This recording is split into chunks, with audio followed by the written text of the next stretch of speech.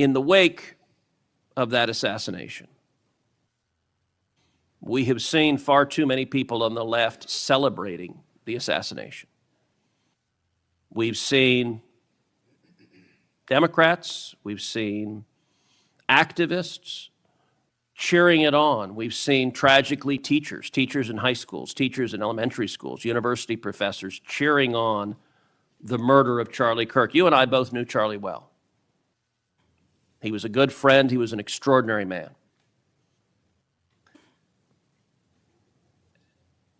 And I will say there's a great deal of discussion about what to do about it. Under our Constitution, under the Bill of Rights, the First Amendment, speech is protected. And that's true even for vile speech. Someone can stand up and say the most hateful thing, and it's protected by the First Amendment. Nazis and Klansmen can march in the streets, and even though their speech is bigoted and horrible and racist, the First Amendment protects it. Conduct, however, is not protected by the First Amendment, particularly conduct that is violent. Violent conduct that is threatening others, that is harassing others, that is injuring, or in this case, murdering others, is most assuredly not protected by the First Amendment. And so I would encourage you and the FBI to focus on conduct. Now, speech can guide you to those engaged in conduct. And I will say one question that I have and many have, and I recognize this is an ongoing investigation, so I don't want you to say anything that would compromise the investigation. But what can you tell us at this point about what evidence there exists of other individuals who may have had prior knowledge of this assassin's plans to murder Charlie Kirk on September 10th? Generally speaking, we've interviewed numerous people, family members and friends, including the partner, to provide us with a detailed history of the knowledge he may have had, the suspect may have had prior to. We're still mapping out who, if anyone, was involved as an accomplice. As I said, the investigation is ongoing. We're also speaking to and going to interview numerous individuals online who were part of a chat group that was involved in this heinous assassination. And we're also going to work with our state and local partners out in Utah to find out what community organizations, if any, participated or had any foreknowledge of this information. But it's very much ongoing. I remind everybody that it's not even been a week since Charlie's tragic death. Is it accurate, it's been widely reported that the assassin's roommate was a transgender man who was transitioning to be female, and it's also been reported that they may have been romantic partners. Is that accurate? Yes, Senator. And I assume the FBI is investigating. It has also been reported that there were transgender chat rooms that may have had some awareness of the plan to commit this murder. Is that accurate as well? I'm sorry, can you repeat the question? It's been reported that there were chat rooms of transgender activists that indicated some degree of potentially of foreknowledge of this murder. We're still developing that. Do you have any information, the bullet casings had on them both Antifa and LGBT wording on them? Do you have any indication of the source of those engravings and what inspired them? As to the actual source, we're still developing that. I want to encourage you in the course of this investigation, absolutely go after anyone who aided and abetted. But I want to more broadly encourage you, follow the money. The violence we are seeing is not purely organic. There is, I believe, significant money that is spreading dissension, that is spreading violence. Antifa. Do you believe Antifa is a terrorist organization? I believe Antifa is associated with a lot of violence in this country. As to its designation, I'll leave that to the appropriate authorities. So I would encourage the administration to designate Antifa as a terrorist organization, to go systematically after Antifa. They've committed acts of violence all over the country. And the shell casings have multiple references to slogans that Antifa has popularized. I believe there is considerable money funding it. I would note that I've introduced legislation called the Stop Funders Act. Stop Funders Act would add rioting to the list of predicate offenses under RICO. I believe the money should be tracked and prosecuted under RICO, and both the Antifa and Black Lives Matter riots of a couple of years ago and the pro-open border riots in Los Angeles and other cities of this past year, I believe there was significant money behind those riots. I'm not the only person who noticed at the anti-Semitic protests and violent protests on college campuses that many of the tents all matched. And so I would ask, would it aid your ability to prosecute these matters if Congress passed into law the Stop Funders Act and if rioting was added to the list of predicate offenses for RICO? Yes.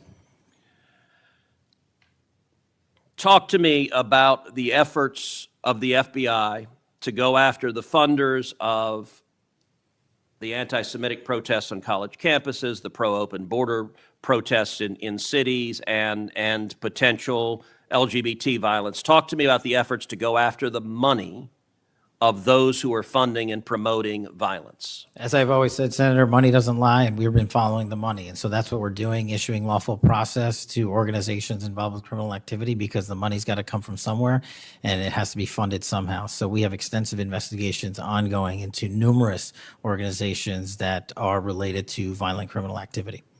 Cutting off the money will make America much safer, and that is the core job of the FBI. And I thank you for doing your job. Senator Patel. Thank you, Mr. Chairman. Mr. Chairman, glad to be on this committee and take our responsibility seriously to conduct oversight of the FBI, obviously one of the most critical law enforcement agencies in the country. As Senator Klobuchar and others on this committee have reminded us, the last several months have provided far too many reminders of the political violence crisis in America today and the gun violence crisis in America today, including the tragic killing just last week. Director Patel, this committee takes seriously its not just oversight role, but recognizing the FBI's important role in protecting the public from gun violence while respecting constitutional rights. If you recall, this was a significant subject area of my questioning during your confirmation hearing. The Bureau plays a central role in enforcing federal firearm laws, ensuring the accuracy of background checks, and monitoring trends like machine gun conversion devices and lost or stolen firearms. Now, during your confirmation hearing, you pledged that the FBI would enforce firearm laws fully and fairly, consistent with the Second Amendment. Yet we continue to see a sharp rise in lost and stolen firearms reported by federal licensees. Can you point to any measurable enforcement results like arrests, not just arrests, but also prosecutions or task force expansions since you became director? I'll get those to you, Senator. Nothing you can share here today? No, I'll get the full list to you. You came unprepared today to respond to questions which you knew were important, going back to your confirmation hearing. Now, the Bureau has warned about the public safety threat posed by machine gun conversion devices, which convert semi-automatic weapons to automatic ones. Can you at least reference what resources you're dedicating to this threat? Absolutely, Senator. Part of tracking ghost guns, as you alluded to, is having a sustainable database, which is hubbed out of our CJIS division in West Virginia. And we've allocated more resources so that FFLs can track and trace firearms that are stolen and make sure they don't get into the population. That's one of my primary concerns, that we don't want stolen weapons anywhere near anything. But the numbers continue to go up as reported by federal licensees. Let me get to my next question on this topic. You previously stated that you hadn't reviewed FIX-NICS, a federal law that improves reporting to the National Criminal Background Check System. 8 months into your job, what concrete steps have you taken to ensure that NICS records are complete, accurate, and timely? That's actually a great question that we have dedicated a lot of resources to, again, at CJIS. The NICS system has been trying to get to 100% within 15 minutes. We are currently at 93%, with 87% of those being responsive in less than 60 seconds. So we got more Do you work to do. think additional resources would be helpful in getting to 100%, or do you still argue that less resources are necessary to get from 93 to 100? No, I just think we have to work on how fast our actual infrastructure processes these things. On to a question about resources. The FBI's core mission is to counter terrorism, espionage, and major criminal threats. Now, recent large-scale reassignments to immigration enforcement or politically motivated investigations cause me concerns that other critical missions are being neglected. One example, in March of this year, you created a Tesla-related task force and diverted personnel from the domestic terrorism operations section to work on that task force. What risk analysis justified that decision, and do you still consider domestic violent terrorism to be a lower priority? Any form of terrorism, domestic or international, is the highest priority at the FBI. And But when why you say, divert resources away from those missions? I don't believe that's accurate. We did not divert resources away. When cars were exploding and people were being set on fire, I directed resources to address it. Well, then I'll suggest in your follow-up, and we can make this more explicit in our questions for the record, that you provide the accurate information about the diversion of resources. Because, again, when I understand that you authorize large-scale agent reassignments from counterintelligence and cybercrime to not just immigration cases, but others, it has an impact on the other priorities like nation-state threats and ransomware investigations. Moving on to a different subject area. Safeguarding our elections is a core FBI responsibility. The public needs confidence that election security work is driven by facts and free from political influence. Mr. Director, do you agree with Attorney General Bondi's decision to disband the FBI Foreign Influence Task Force? The disbanding of that task force did not in any way reallocate or take away resources from that critical mission set. So then how are you mitigating the risk of foreign actors interfering in U.S. elections heading in? I've highlighted through our cyber programs, which have seen a 40, 50, 60% increase in arrests for cyber threat actors looking to not just harm our critical infrastructure systems, but also interfere in our elections. We've had multiple arrests this year of individuals who are interfering in that process. Did the Department of Justice's Election Integrity Task Force seek statewide voter lists and driver's license data? I can't speak for the Department of Justice. You're a member of the Department of Justice. I can speak for the Did the FBI play a role in those requests? Whatever request that we had pursuant to the department's direction were provided So then you can speak for the to FBI. those actions. For the FBI. So you can speak to those actions. For the FBI. So what role did you play in those requests? Whatever requests we get from the department, I don't have those details in front of me. We provide whatever requests they have. I have not many details in front of you on a lot of the questions coming from this side of the aisle. So I do hope that there are substantive and accurate responses to our questions in writing. In my time left, Mr. Chairman, I just want to call out a couple of observations. The director before us has tried to explain, I won't say explain, tried to explain how he doesn't need another $500 million to do the job. And specifically that even if the FBI had an additional $500 million, it would take years. I think he referenced 14 years to fill the vacancies. But in the meantime, relying on partnership with local law enforcement to fulfill the mission of the Bureau. As we've discussed in other hearings and in other committees, by the way, given this immigration mass deportation agenda of the administration, the FBI is not the only one leaning on local law enforcement to do the job. ICE has made it clear that they're doing the same. Other law enforcement agencies within DHS is doing the same. So much so that ICE's recruitment, because they're not only not advocating for cuts, they're actually requesting additional dollars and have issues about policy with them. But if ICE's plan to do the job is not just hiring up significantly. They don't seem to have that as a concern, but the FBI does. Both ICE and the FBI are citing partnerships with local law enforcement, which, look, partnership and engagement is great. But having come from local law enforcement at the outset of my public service career, I also know that capacity and resources at the local level are strained, particularly in times like this. And when ICE is going on a hiring spree, and you have local law enforcement agencies worried about their ability to recruit and retain local law enforcement officers and not losing them to the federal government, then our reliance on those local law enforcement agencies is a perilous strategy to take and could undermine local law enforcement's ability to address crime at the local level, whether it's white-collar crime, organized retail theft, violent crime, et cetera, et cetera, et cetera. And in my final minute, I will also suggest this.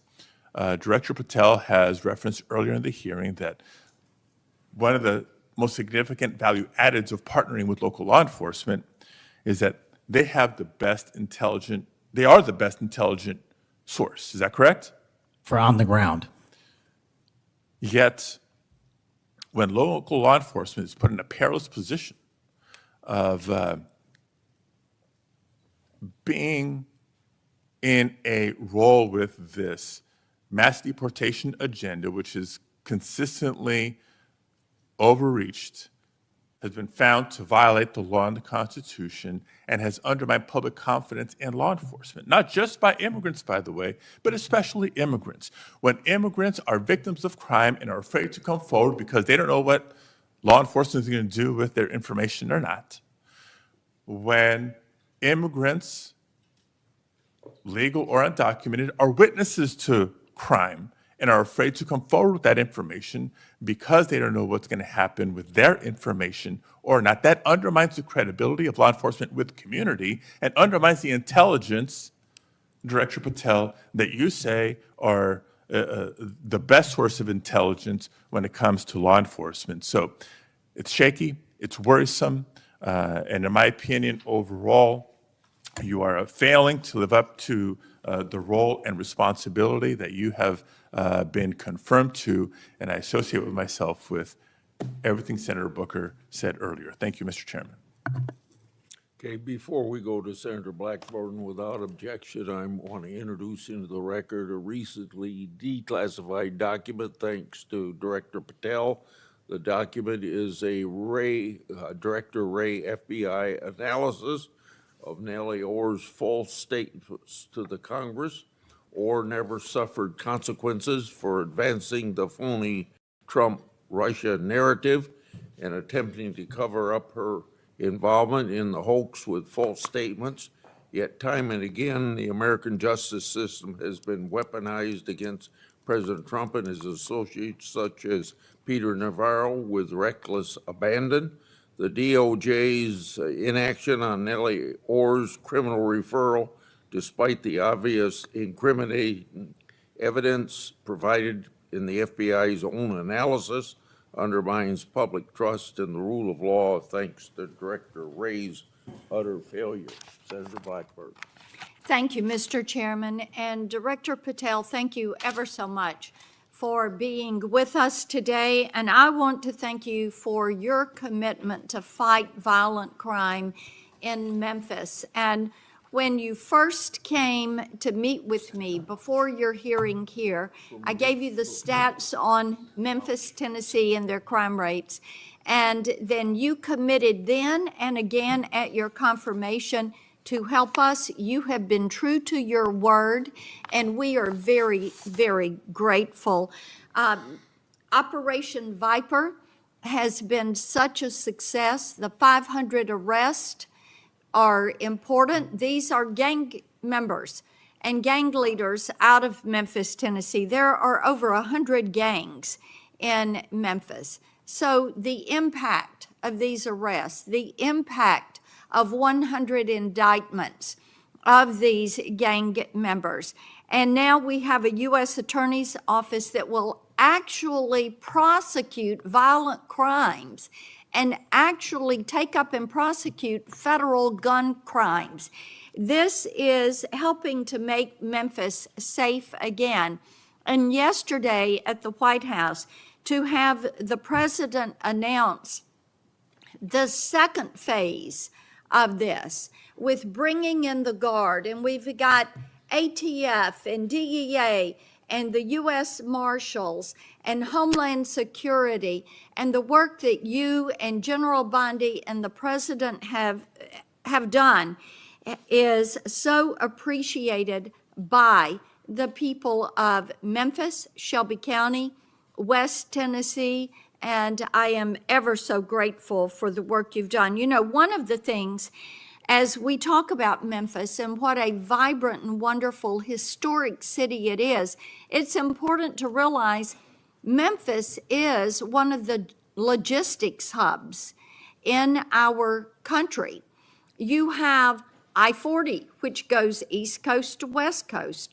You have the Port of Memphis. You have FedEx. You have all 5 Class A railroads that are there, as well as so many companies that are important to Memphis. And I have found it so interesting that some of my colleagues want to complain about agents being taken out of the D.C. office and actually put to work in the field because they've been needed in the field. And you can look at the stats from Operation Viper and see the difference that they have made. And we so appreciate that. I do want to drill down just a little bit on the issue of cargo theft, which ties into the logistics hub in Memphis. We've got a lot of companies that go through there. IMC is a big logistics company. People in Memphis know what it takes to keep America moving. But what a lot of people may not realize is that many of these criminal gangs have been focused on cargo theft. This is how they pay for their activities. So in addition to the carjackings and the home robberies and the smash and grabs and some of the human and sex trafficking, they've gotten into cargo theft. And cargo theft in Memphis has increased over 5,000%. 5,000%. That's what you saw with a Biden administration who wouldn't drill down on this. So having these agents out in the field, having an interagency approach is something that is going to help us with getting our hands around this cargo theft. So talk for just a minute about what your team has done there and the importance of having that interagency approach. Absolutely, Senator. So Operation Viper nests under Operation Summer Heat, and in multiple cities and mid-major cities across the country, we have surging resources based on crime. And Memphis, as you know, Senator, had the highest per capita homicide rate in the country, and that was simply unacceptable. And so what we did was what we call phase 01 of operations at the president's direction. We went into some of these cities quietly to collect the intelligence that was necessary to start these operations, to start seizing these firearms, which we've seized, I think, over 115 firearms off the streets, to start taking narcotics off the streets, and also to infiltrate the gang network, this criminal street gang network that is providing these guns and drugs to the public in these communities, allowing for these shootings. And so what the FBI is good at, what the FBI is great at, is partnering with our local authorities in places like Memphis and Miami, and Chicago, and so many other cities across the country to start the work, because you can't do the work on a dartboard basis. You need ground level intelligence. And that's what we do working with our state and local law enforcement. And the results, I think they said over 100 indictments federally just in this 3-4 month surge. And now we're going to go in there with more resources to finish it.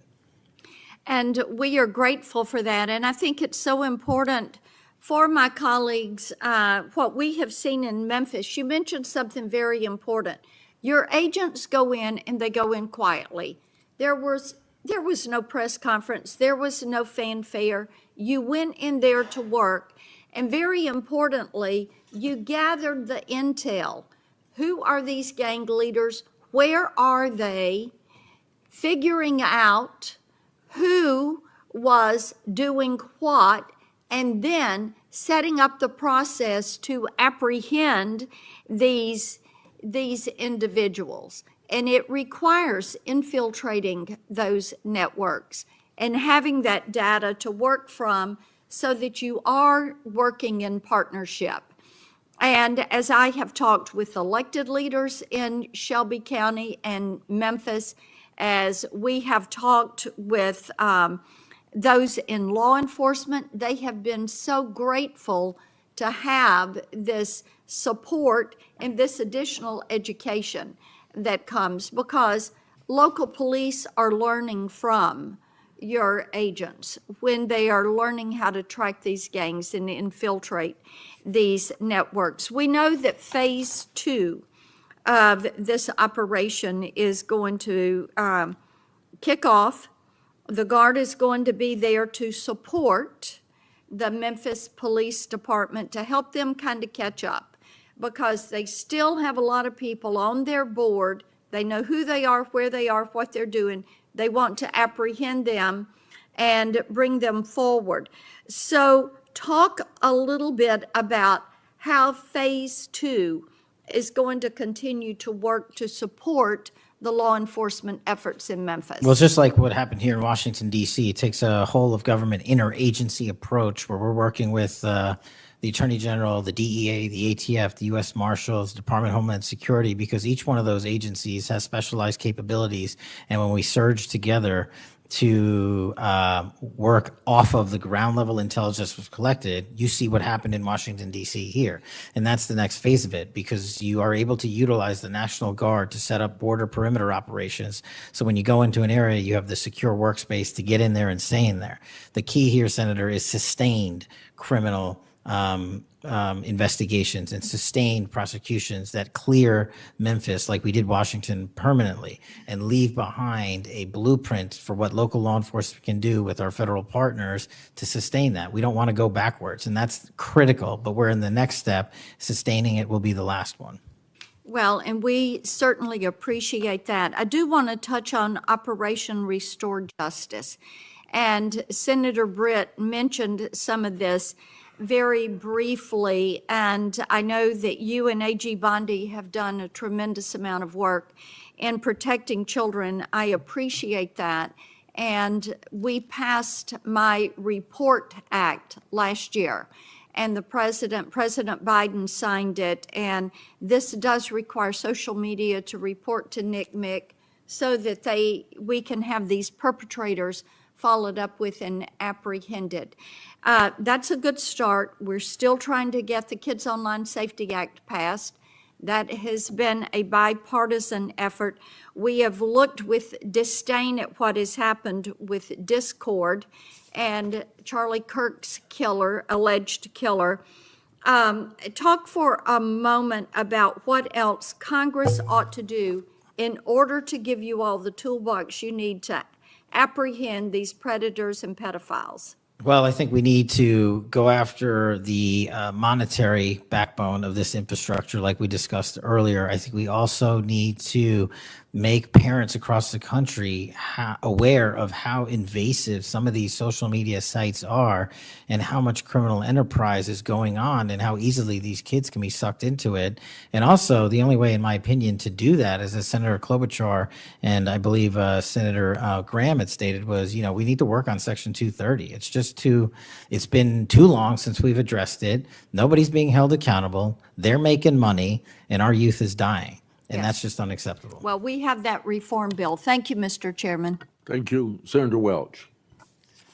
Thank you very much, Mr. Chairman. And just at the outset, I just want to say what I think all of us believe, and that is that the political violence that is so afflicting our country, it doesn't matter whether it's from the right or the left. I mean, all of us have an obligation to fiercely advocate for our point of view. All of us have an obligation to respect people with whom we disagree. The folks we disagree with are our opponents, but they're not our enemies. And I hope all of us keep that in mind and do the best we can to set that example. I want to congratulate the FBI. I want to congratulate the Utah state and local law enforcement for the very good work that it did in apprehending the violent assailant of Charlie Kirk, and that is a terrible, terrible tragedy. Director Patel, at one point you made an announcement that the suspect was in custody. We got our man. It turned out that was not true. In fact, I think that was about 27 hours before the person now in custody was apprehended. Why did you make that statement? Thank you, Senator. Appreciate you letting me address this.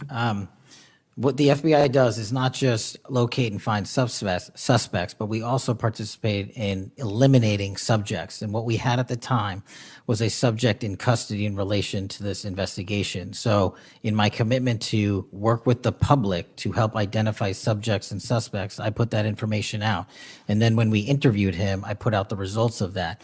And could I have been more careful in my verbiage and included an A subject instead of subject? Sure, in the heat of the moment, but I was doing the best I could. In all candor, I don't quite get that, because if we have our man, that would suggest to the public that everybody can rest and relax and not then continue to provide information to local law enforcement and to you. So that was a mistake. I don't see it as a mistake. I see it as something working with the public to identify that there was a subject So if in you custody. if you put out a statement that says we've got our man, and in fact it turns out that you didn't have your man, that's not a mistake? But that's not what I said. Well, I'll go on. That's my understanding. A second thing that is really important in the FBI, but it's important in every agency, is that the folks who are doing good work get supported for the work they're doing. And a number of highly successful FBI agents have been let go. And I want to just ask you a little bit about that. You know who Brian Driscoll is, right? Yes. Yeah, okay. And my understanding is he served at the FBI for over 18 years. You agree? I believe that's accurate. Special agent in charge of the Newark office. He was commander of the FBI's hostage rescue team. That's a very prestigious and responsible position, correct? It is. Section chief of the Critical Incident Response Group's tactical section. You've got to be pretty good to get that high responsibility. You agree with that? Yes, sir. He oversaw 55 SWAT teams, and they're like the elite of the elite, right? They go in to the dangerous situations, right? He got a Medal of Valor for his participation in a raid on ISIS terrorist Abu Sayyaf, who had kidnapped American citizens Kyla Mueller, right? Mueller? Is that right? I know. You're in agreement, right? I know Kayla Mueller's family. Yes, I know the situation. Okay, and he got Kurt Meyer, somebody who had barricaded himself in a bar after he killed 4 people and wounded 2. And Driscoll was part of the team that went in there and took that guy out, right? I don't have all the details, but I'll take your word for it, Senator. And he got into trouble when Emil Bove demanded a list of FBI agents who investigated January 6th and was apprehensive that what did happen ultimately would happen, and that is those folks would get fired. I mean, do you agree with me that a boss who stands up for his subordinates when they did the job that was asked of them is a stand-up person and somebody to be admired? Generally speaking, yes, sir. Pardon me? Generally speaking, yes, sir. But Driscoll got fired, right? Again, that matter is under litigation, and the matter you referenced occurred before I was Okay, but director. let's just keep it fairly narrow here. He's fired, right? Yes, he was terminated. And he has to be, there's somebody communicates to him that he's terminated, correct? That's my job. That's your job. So you communicated to him that he was fired. I did. So, I have a hard time with this because that record suggests to me that this person is like worthy of consideration for the Presidential Medal of Freedom, and he got fired. But there's also a record of other information that was available, and now that this matter is pending litigation, we will get that out in due course. But as you can the agree, so-called, so you've got, quote, other information that you see as a valid basis to fire somebody who, from what I can tell, had an absolutely outstanding record and who crossed the threshold of getting in trouble because he was standing up for agents serving under him who did work that was assigned to them that happened to be related to the January 6th uprising. again, you're correlating based on your information the reasons for his termination, and I'm telling No, you. that's right. Let me ask you another question. You know, when you were here, you were rightly critical, not here actually, I guess it was on Cash's corner. You were rightly critical of the way that the previous FBI director used the FBI jet. And you said you wanted to ground Chris Wray's private jet travel that he pays for with taxpayer dollars to hop around the country. Let me ask you this. You know, on the weekend of, according to flight tracker data, on the weekend of March 7th, an FBI plane flew round trip from D.C. to Las Vegas, and you attended a UFC fight with Mel Gibson, and I'll show you that. Is that you, and is that true? Yeah, you want to know the difference? I live in Las Vegas. I'm allowed to go home. I didn't leave a congressional hearing early on an FBI jet to dodge questions. All right. Then on April 5th, you attended a hockey game in New York City. You don't live there, right? No, I don't. By the way, everyday FBI agents who are assigned in Washington don't get to fly home on a private jet. Well, this is a great point. Do you know why I have to use a private jet? Because Congress made it mandatory. Okay. In April 5th, well, we didn't make it mandatory that you go to UFC games with Mel Gibson. Are you telling me I can't go home? You know, you got to use some judgment here. So when I'm at Jeff, home, you I would- can't do what I'm doing when I go home. Everybody else is allowed to go home, Let just me not keep me. going. No, I'm glad you go home. I Okay. love to go home, but I don't go home on a private jet. On April 5th, You're not mandated to do so. You attended a hockey game in New York City with Wayne Gretzky, and Flight Tracker says the FBI jet took you to and from New York City, where you don't live, right? That's correct. And on April 12th, on the following weekend, you attended a UFC fight, a fight in Miami, also on the FBI jet, right? That's correct. So what's the cost to the taxpayer for those 3 flights? But I pay the commercial equivalent per the regs and the law. And so just so you know, when you are comparing me I to just asked prior what directors. I asked what the cost was, and you don't know, I take it. Yeah, and what I've done with the use of the private jet is use Andrews Air Force Base versus Okay. Reagan National as what the other directors have done Bottom line to here. save the taxpayer Bottom dollars. line here, you flew home to Las Vegas. There's nobody else in the FBI who gets paid. They have to pay their own way if they want to go home, right? I mean, right? Well, that's not accurate. Depending on where you're stationed, the FBI covers the bill to get home.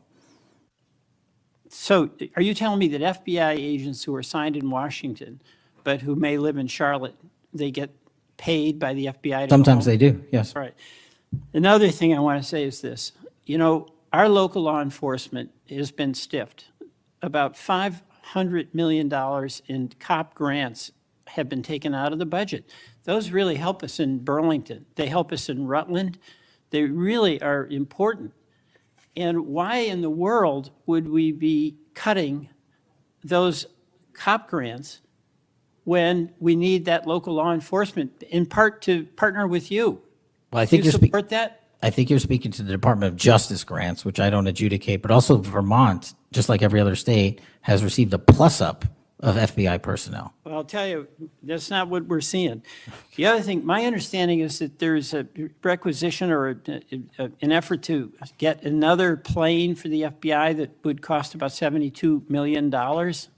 Is that right? That's inaccurate. The FBI, because the jet, as you call it, is not my jet. We use it for operational needs. We use it for FTOCs. We use it for HRT. But that's the one you fly in, And right? we have multiple fixed-wing assets, and one of them is on a wildly expensive lease that I deemed a waste of money, and I'm looking for a replacement in which the government can procure assets permanently. Well, I would welcome you submitting to this committee the cost information about the jets that are under consideration. And according to our research, the specifications that are included in this request would result in an expenditure of between $72 million and $80 million. That's inaccurate, but I'll happily get you the right I numbers. welcome getting the specific information. Absolutely. Thank you. Mr. Chairman, I yield back.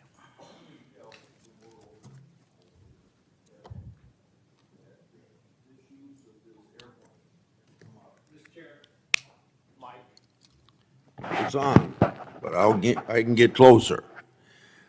Comey became FBI director 2013, and then something like when I became ranking member in the middle of a Congress, or I was ranking member, Comey needed an excuse to come to Des Moines, Iowa, or someplace in Iowa for a family reunion. He wanted to meet with me in Waterloo, Iowa. I think nothing more than an excuse to say he did something official on that trip. Now, I can't accuse him of that because I don't know, but I can't recall that we discussed anything very serious that had to be meet him in Waterloo or Cedar Rapids at the airport before he went to the reunion.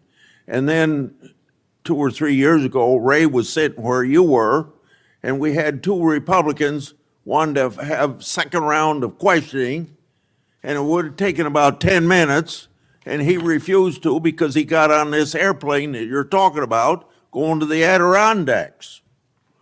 So I find it interesting that my Democratic colleagues seem to bring up about your use of the Justice Department planes, yet my Democratic colleagues didn't seem too interested about my oversight of Ray's use of the plane. I didn't hear a peep. So my Democratic colleagues need to be consistent. Can I just add, Mr. Chairman, that when you compare the flight logs and the percentage of work travel to personal travel for the prior 2 FBI directors, over a third of their travel was personal on those same jets that I'm being accused of improperly utilizing. My mark is far less than that. Also, both of those directors use Reagan National Airport, which has landing fees of $5,000 to $10,000 because they didn't want to drive 25 minutes to Andrews. We take off and land in Andrews every single time because it's cheaper, and we do so because it saves the taxpayer dollars. Those are the things we are doing to make sure that we are good stewards of taxpayer dollars. And also, any new acquisition of an airline or a fixed-wing asset for the FBI will specifically meet the needs of the demands of the foreign FTOC operations and hostage rescue operations in our critical infrastructure programs. Senator Moody, Thank you, Chairman. Appreciate it. you're very patient. I am very patient. You're very patient. I'm new here to the Senate, and I watch what you have to go through as chairman, and we thank you. A lot of what we're talking about today, and you've been questioned about, was uncovered because of our chairman and his service to this committee, and I want to thank him because he's uncovered a lot, especially during the last administration, where many of our federal agencies went far off their mission.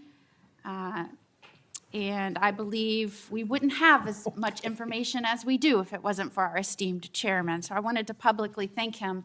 And being the newest member of Judiciary, I am so grateful to be here because sometimes I'm wondering if some of my colleagues on the other side of the aisle don't know what they're talking about, or if they're ill-intentioned and purposefully trying to gaslight not just the American public, but other people in law enforcement and agencies that you're working with. So as a former attorney general, as a former federal prosecutor, as a former judge, as the wife of a law enforcement officer, both federal and state over the course of his career, I would like to clarify a few things and give you the opportunity to highlight some of the things that the FBI is doing. And 2 of the things I heard thrown out there, and by the way, it was when some of my colleagues would breeze in just in time to rail on you and spout out misinformation and narratives that have no grounding in reality to criminal justice, and then breezed right out as soon as they were done. And I think that it does the American public more good when the oversight function of Congress allows for you to comment in a way that makes sense and is grounded in reality. So let's first talk about the reason why we are having to reassign, not just in the FBI, but in other agencies, criminal justice agencies, federal agents to accomplish different things, as has been done historically throughout our country. When we get into office, we have to examine and triage the threats facing this nation, threats facing Americans, and then allocate resources accordingly. I guess you are to be judged negatively because you are trying to reallocate the resources of the FBI to fix what the Democratic administration prior to this under Biden broke. So let's talk about the reassignment of federal agents and why that has been necessary.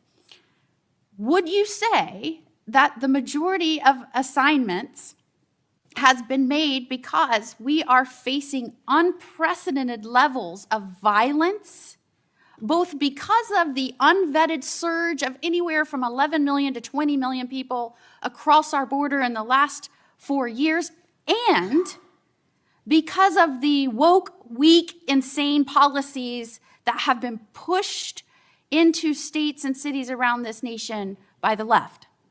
Absolutely. And so I hear you being grilled because you have rightfully pushed resources where they needed to go to protect the American public. And I have heard you questioned that you are in some way, and I'm going to use their words, which I don't believe is grounded in reality, that you are going to lean on local and state agents to do the job of the FBI.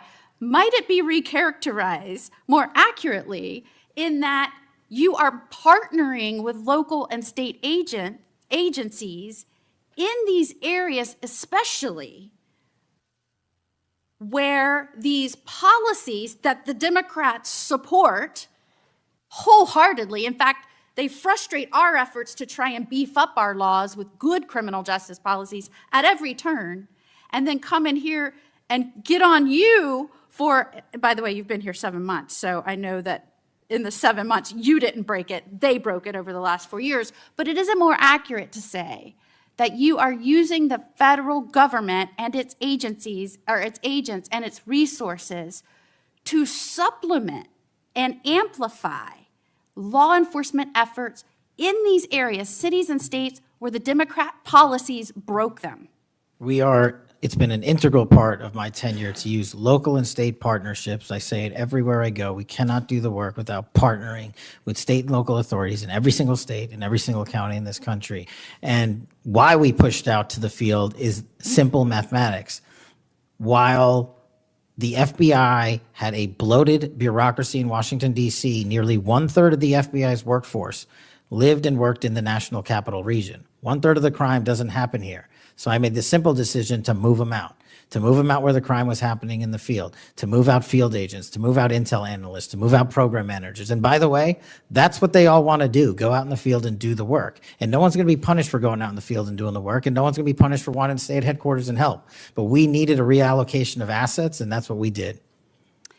And from your experience, both before and now in office, have you found that many of these nonprofits have done work to undermine the stability and security of cities?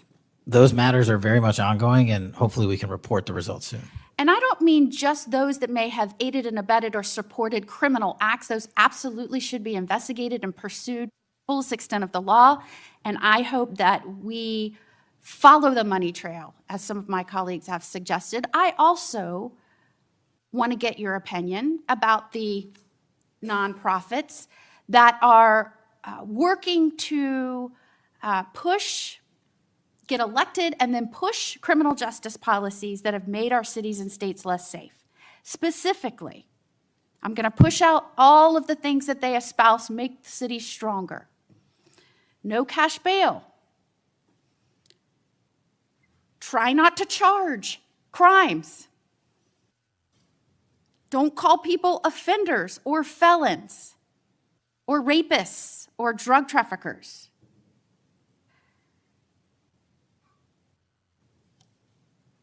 I can go on and on and on. But the gist is, don't charge. When you do charge, charge as minimally as you can. Don't put people on parole or probation following incarceration. Diversion should be the rule. I mean, I can go on. And we're seeing these play out in cities across our nation. I am one who believes it is always important to look at how we can do things better in our criminal justice system. But what has happened is some of these groups have hijacked that good intention by so many and used it as a way to subvert the stability of this country. And I firmly believe when that money is traced, you're going to find it's not only going not just to policies, but it's also going to pushing and promoting criminal acts. And I believe that money and support doesn't just come from infrastructure within the US, because I believe undermining our cities and this nation is something our foreign adversaries will get behind, and it will show that they are behind. Is the FBI trying in its reallocation of resources to make up and help in these areas where local law enforcement is trying its best, but it's fighting an uphill battle against mayors and city council and indeed governors that promote and support and pass laws and policies that follow these weak, insane policies? We go into every community where the crime rates are high, and if you look across the board, the crime rates are coming down across the country because the FBI is going in there and doing good police work, and we're not going to be dictated to by mayors or governors. We have federal law enforcement capabilities and responsibilities to our citizenry, and we're executing those on every single day, including rural communities and tribal lands. And you are, correct me if I'm wrong, welcomed and supported and enthusiastically praised by the cops that are there because they want those communities safer. Well, I think the police speak for themselves, and we'll let them do that at their own leisure. And one of the other gaslightings that I heard was that and we're trying to help them because they're having vacancy rates and they can't retain police, and you're causing that. Is it in fact that police across this country, because they've been defunded, they're not supported, they have groups that are continuously combating when they're trying to make the communities safer? I know this because when I was the Attorney General, they all wanted to come to Florida, and I welcomed them with open arms. In fact, we are increasing our ranks in Florida, sometimes to the detriment of other cities and states because they can't keep them. They tried to make it sound like it was your fault that we had vacancies in these police ranks around the nation, when in fact, aren't you trying to help bolster their ranks and help them because they have mayors and prosecutors and city councils and governors that won't help them? That's exactly what we did. We did it in D.C. We're doing it in Memphis. We're going to Chicago, Miami, St. Louis, so many other cities across the country. And I'm just grateful that you are doing this, and I commend you for all the numbers that I'm seeing going after the violent crime, helping make sure we are getting the criminals that came here unvetted from other nations out of this country, that you are allocating resources to those efforts. It is all important to make this a stronger, safer nation, and we appreciate you being here today and making sure we're talking truth and not misinformation to the American people. Thank you. Thank you, Senator. Before Senator Schiff, I want a UC to introduce into the record a declassified Clinton annex. The Clinton annex is a declassified appendix to the Justice Department Inspector General report about the Clinton email investigation. The annex shows that the FBI had evidence necessary to conduct, quote, thorough and complete investigation, end of quote.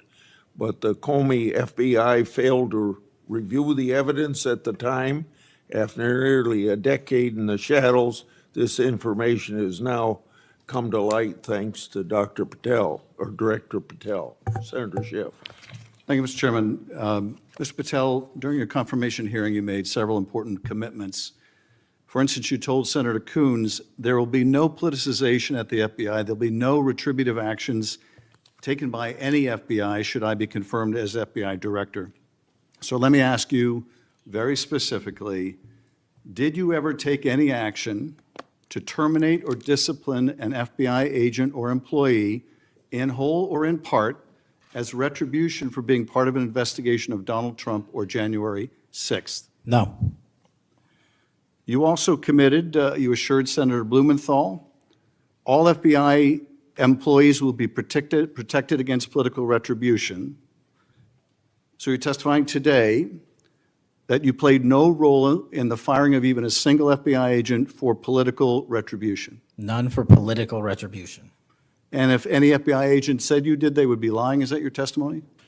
I'm only speaking to my actions. Everybody is allowed to make their allegations. Oh, I no, have these are not- allegations against you. And So, I'm- Mr. Patel, if FBI, senior FBI agents or employees said that you were firing them for political retribution reasons because of the cases they were assigned, you're saying they would be lying. Is that your Anyone that was testimony? terminated at the FBI was done so for failing to meet the standards, uphold their constitutional oath, and effectuate the mission. Well, by meet the standards, are you talking about meet the standards of protecting the president under any circumstance? No. You also guaranteed Senator Blumenthal that every FBI employee will be held to the same, absolute same standard. No one will be terminated for case assignments. Are you testifying today that you never terminated anyone at the FBI in whole or in part because of a prior case assignment? No one at the FBI is terminated for case assignments alone. Well, I'm asking about you, Mr. Patel. Did you, in whole or in part, terminate anyone at the FBI because they worked on the Trump investigation or because they worked on January 6th? No one at the FBI has been terminated for case assignments alone. Okay, you're saying alone. Does that mean they were terminated in part because they were assigned to a January 6th case or assigned to the Mar-a-Lago case? You're being very precise here, Mr. Patel. You're saying alone. That means they were fired in part because they were assigned those cases. Is that your testimony? Absolutely not. But if you want to keep Okay, putting words well, in my mouth, then go let me ahead. ask you, let's strip away the word alone. Did you terminate or participate in any discipline of any FBI employee in whole or in part because of their work on an investigation of Donald Trump or January 6th? Yes or no? Any terminations at the FBI by employees. No, I'm since asking I'm- you a very specific And I'm question. going to answer the question, but you don't like the answer because it's the No, truth I and it guts want your an answer to my narrative. question. I don't want an answer to someone else's question. So let me just be precise, and I ask for a yes or no answer. Did you ever terminate or discipline an FBI employee in whole or in part because they had been assigned or worked on an investigation of Donald Trump or January 6th? Yes or FBI no? employees are only terminated Yes if or they no, fail Mr. to Patel? uphold their oaths of Yes or office no? and duty. You're not at the answering my FBI question. I You're don't not have to answering my answer your question. question yes or no because you're setting up a trap so you can have a Oh, media no, I'm narrative. not setting up a trap. And I'm not giving it to you. Unless it's true that you fired people. People in have whole been or in part terminated at because the they- FBI who failed to uphold They were the assigned standards to. that the FBI requires them Did you to tell? uphold. Did you tell anyone at the FBI that all FBI employees who they identified who had worked on cases against President Trump would be removed from their jobs? Did you tell that to someone at the FBI? Say that I would remove people for case assignments? That you would, that people that were identified as having worked on cases against President Trump would be removed from their jobs? Did you tell that to someone at the FBI? People are not removed But for just case answer my question. assignments. Just answer my question. Did you tell that to People someone? are not removed for case No, assignments. you're not answering and I my would- question. And I would Mr. never Patel, tell anyone. Did you tell someone at the FBI that FBI employees identified as having worked on cases against President Trump would be removed from their jobs? Yes or no, did you tell someone that? I would never tell anyone at the FBI that they're being removed for basically their case assignments. Okay, so anyone who had said that would be lying. Is that your testimony? Anyone can say whatever they want. No, I know, but you're saying they were a liar. I'm telling you what I said. Because this is in the complaint against you, Mr. Patel. So you're saying Mr. Driscoll and others are liars? I'm not going to address the complaint and the ongoing Okay, well then let me ask litigation. you, have you ever told anyone at the FBI that the FBI tried to put the president in jail and he hasn't forgotten it, and that your job depended on the removal of agents who worked on cases against the president? No. Did you ever tell anyone that? No. Okay. Did you ever tell anyone that you knew these summary firings you were undertaking were illegal, likely illegal, and that you would be sued and later deposed? Did you ever tell anyone that? No firings at the FBI or terminations were done for anything other than justified Did you ever cause. tell anyone that, Mr. No, Patel? Why don't you no answer my question? terminations at the FBI were ever done in my tenure for anything other than failing Did you to ever tell uphold anyone their that, oath of Mr. the Patel? You willing to office answer or the their- question? The FBI. I guess I you're have not willing to answered answer the it. question. So let me move on. Let me Repeatedly. move on to the Epstein files. You said you're the most transparent FBI director in history, so I'm going to put you to the test. In 2024, you were asked by Glenn Beck about Epstein's Black Book. And you said, he asked, who has Jeffrey Epstein's Black Book? And you said, Black Book FBI. And he said, but who? That is, I mean theirs. And you said, oh, that's under the direct control of the director of the FBI. That's what you said. Was that true, Mr. Patel? I'll rely on you quoting it accurately. I did No, that a couple Was of it years true ago. what you represented to Mr. Beck and the president's supporters out there, or were you lying? No, Was it true that the Black Book, Epstein's Black Book, was in the possession of the FBI director? The Black Book was in the possession of the FBI. Okay, so now that you're the FBI director, you have possession of the Black Book, right? That index has been released. So you have Jeffrey Epstein's Black Book? What is known as Jeffrey Epstein's Black Book has been released Okay, by and us. And you released it. And let me follow up on Senator Kennedy's question, because he asked you, and I'll be very precise here.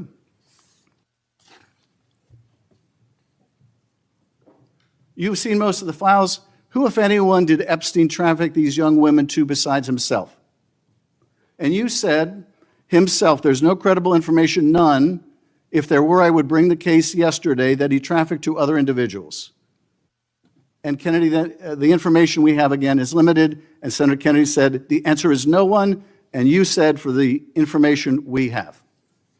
So is it your testimony today that in all of the Epstein files, that Jeffrey Epstein trafficked no one to anyone but himself? Is that your testimony, Mr. I never Patel? said Jeffrey Epstein didn't traffic anyone else. Did he traffic any young woman to someone other than himself? That was Mr. Kennedy's question, And I Senator Kennedy's said question. the information that 3 administrations have had access to I'm have asking made you- determinations that there are no investigative leads that were credible to prosecute and investigate any others. I'm Well, specifically I'm asking stating you whether we it's were your working on. testimony today. You just read that it, and I said it I'm- 10 minutes ago, so let the record reflect my testimony. I just want to make sure there's no misunderstanding, because there are victims like Virginia Guifer who have testified otherwise, who have said otherwise, and you're telling the American people today that the Epstein list is a single name and it's Jeffrey Epstein. That's what we're to believe? That's not what I'm saying. That's what you're saying, and Well, you can say whatever you Let me want. ask you this. When Todd Blanche went to interview Ghislaine Maxwell, she said, but did I think these guys were coming for that? I really don't. If you met Epstein, there's no way that this cast of characters, of which it's extraordinary, and some are in your cabinet, who you value as your co-workers, and you know would be with him if he was a creep or because they wanted sexual favors. A man wants sexual favors, he will find that. They didn't have to come to Epstein for that. And the next question Todd Blanche, the president's former criminal defense lawyer, asked is not who in the cabinet, who are you referring to? His question is, so when's the last time you think you were with Mr. Epstein when he got a massage? So let me ask you, who are those cabinet members that Ghislaine Maxwell was referring to that, that were part of this cast of characters associated with Mr. Epstein? Who are they?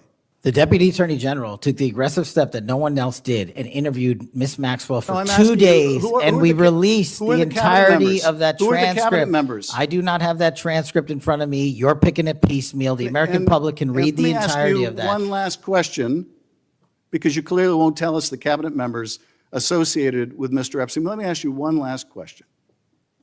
And that is, right after she gives this testimony in front of an FBI agent, among others, she's transferred to a minimum security prison not suitable for a sex offender like herself.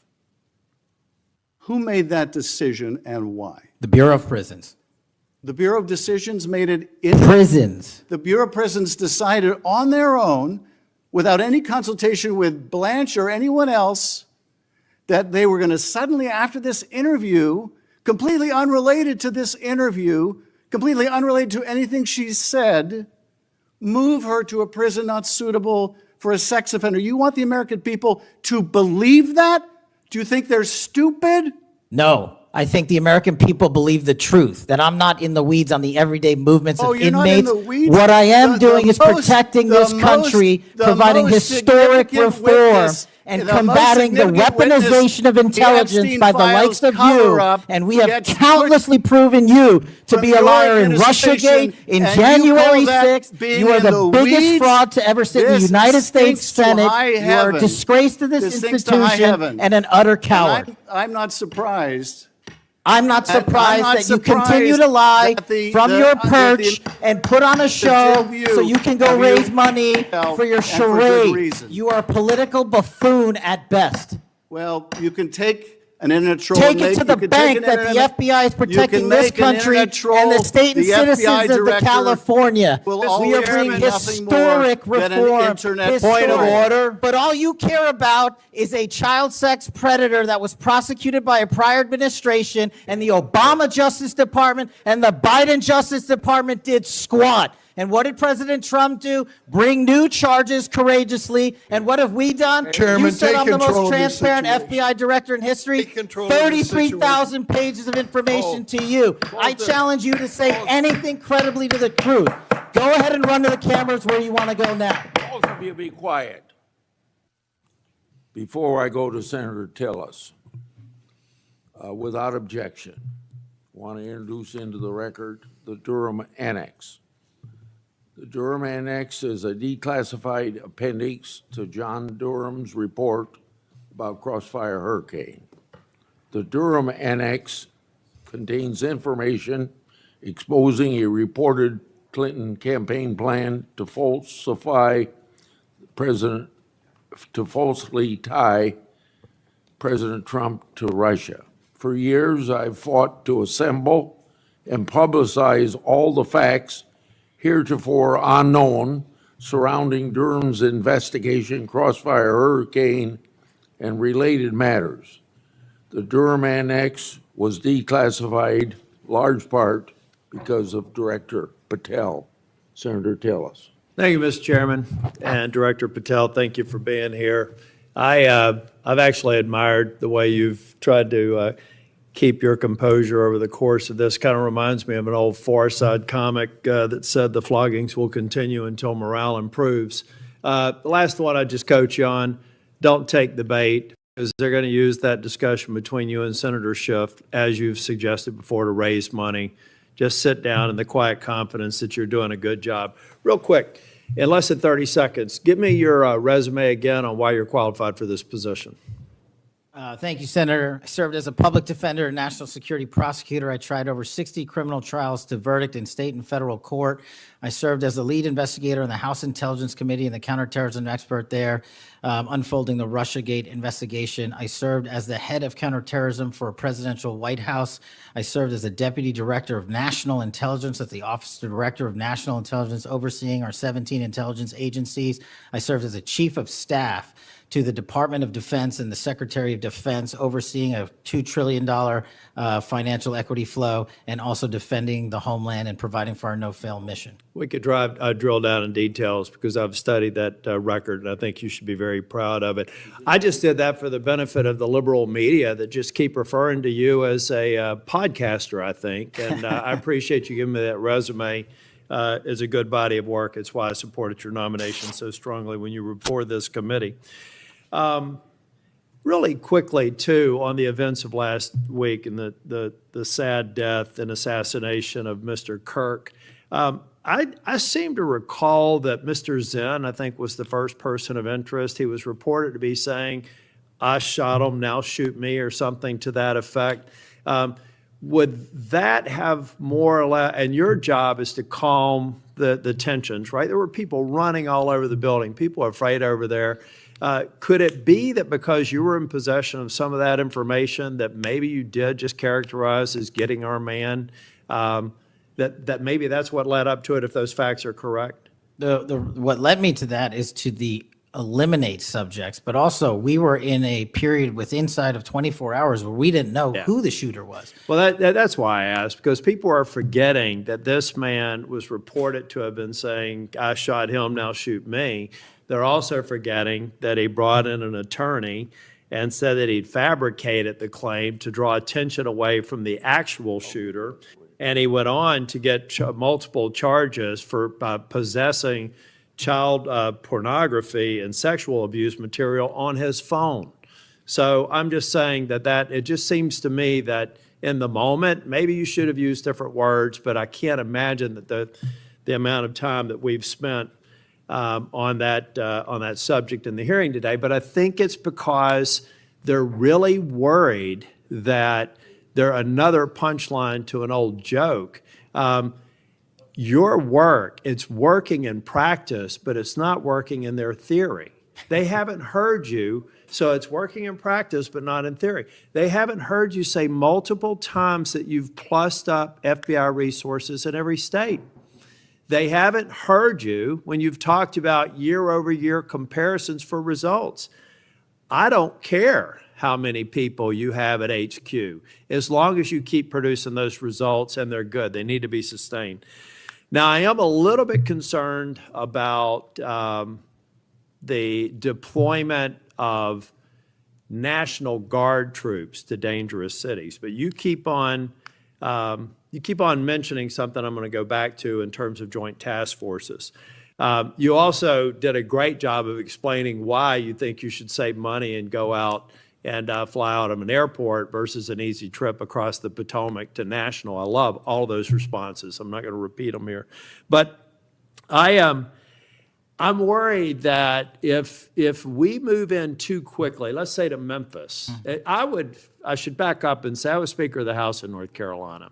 And I would consider it a personal failure on the part of state leadership if they have to call in federal resources to do their job beyond what they do every day. And that's promoting joint task forces. I've seen ATF, DEA, FBI. I've been in the briefing rooms at 3 o'clock in the morning about to go and do a 55 no-knock warrants on bad people. You all do that every day, and thank God that you are.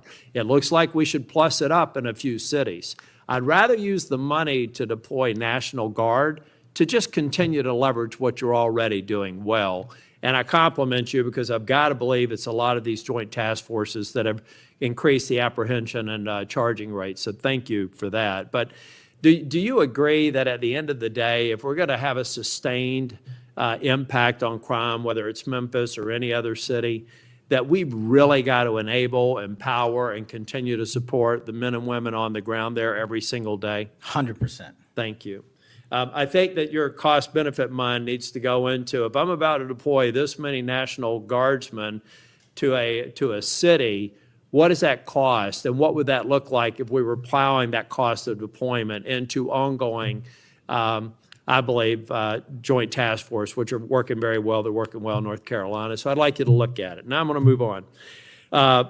The Safer Communities Act, can I get your commitment to get an update? Maybe we could even take a trip out to West Virginia to see how we're doing an extraordinary job of NICS background checks. People are getting them in record time, but we are taking a few guns away from people that probably shouldn't be able to buy it that day. Would you agree with that characterization? I would love to have you out, and anyone else in this day is to West Virginia to see that I'd like work. to bring some of my colleagues to see it's working. We had people on my side of the aisle saying it was going to be awful, it was going to result in mass confiscation of guns. Not true. They were wrong.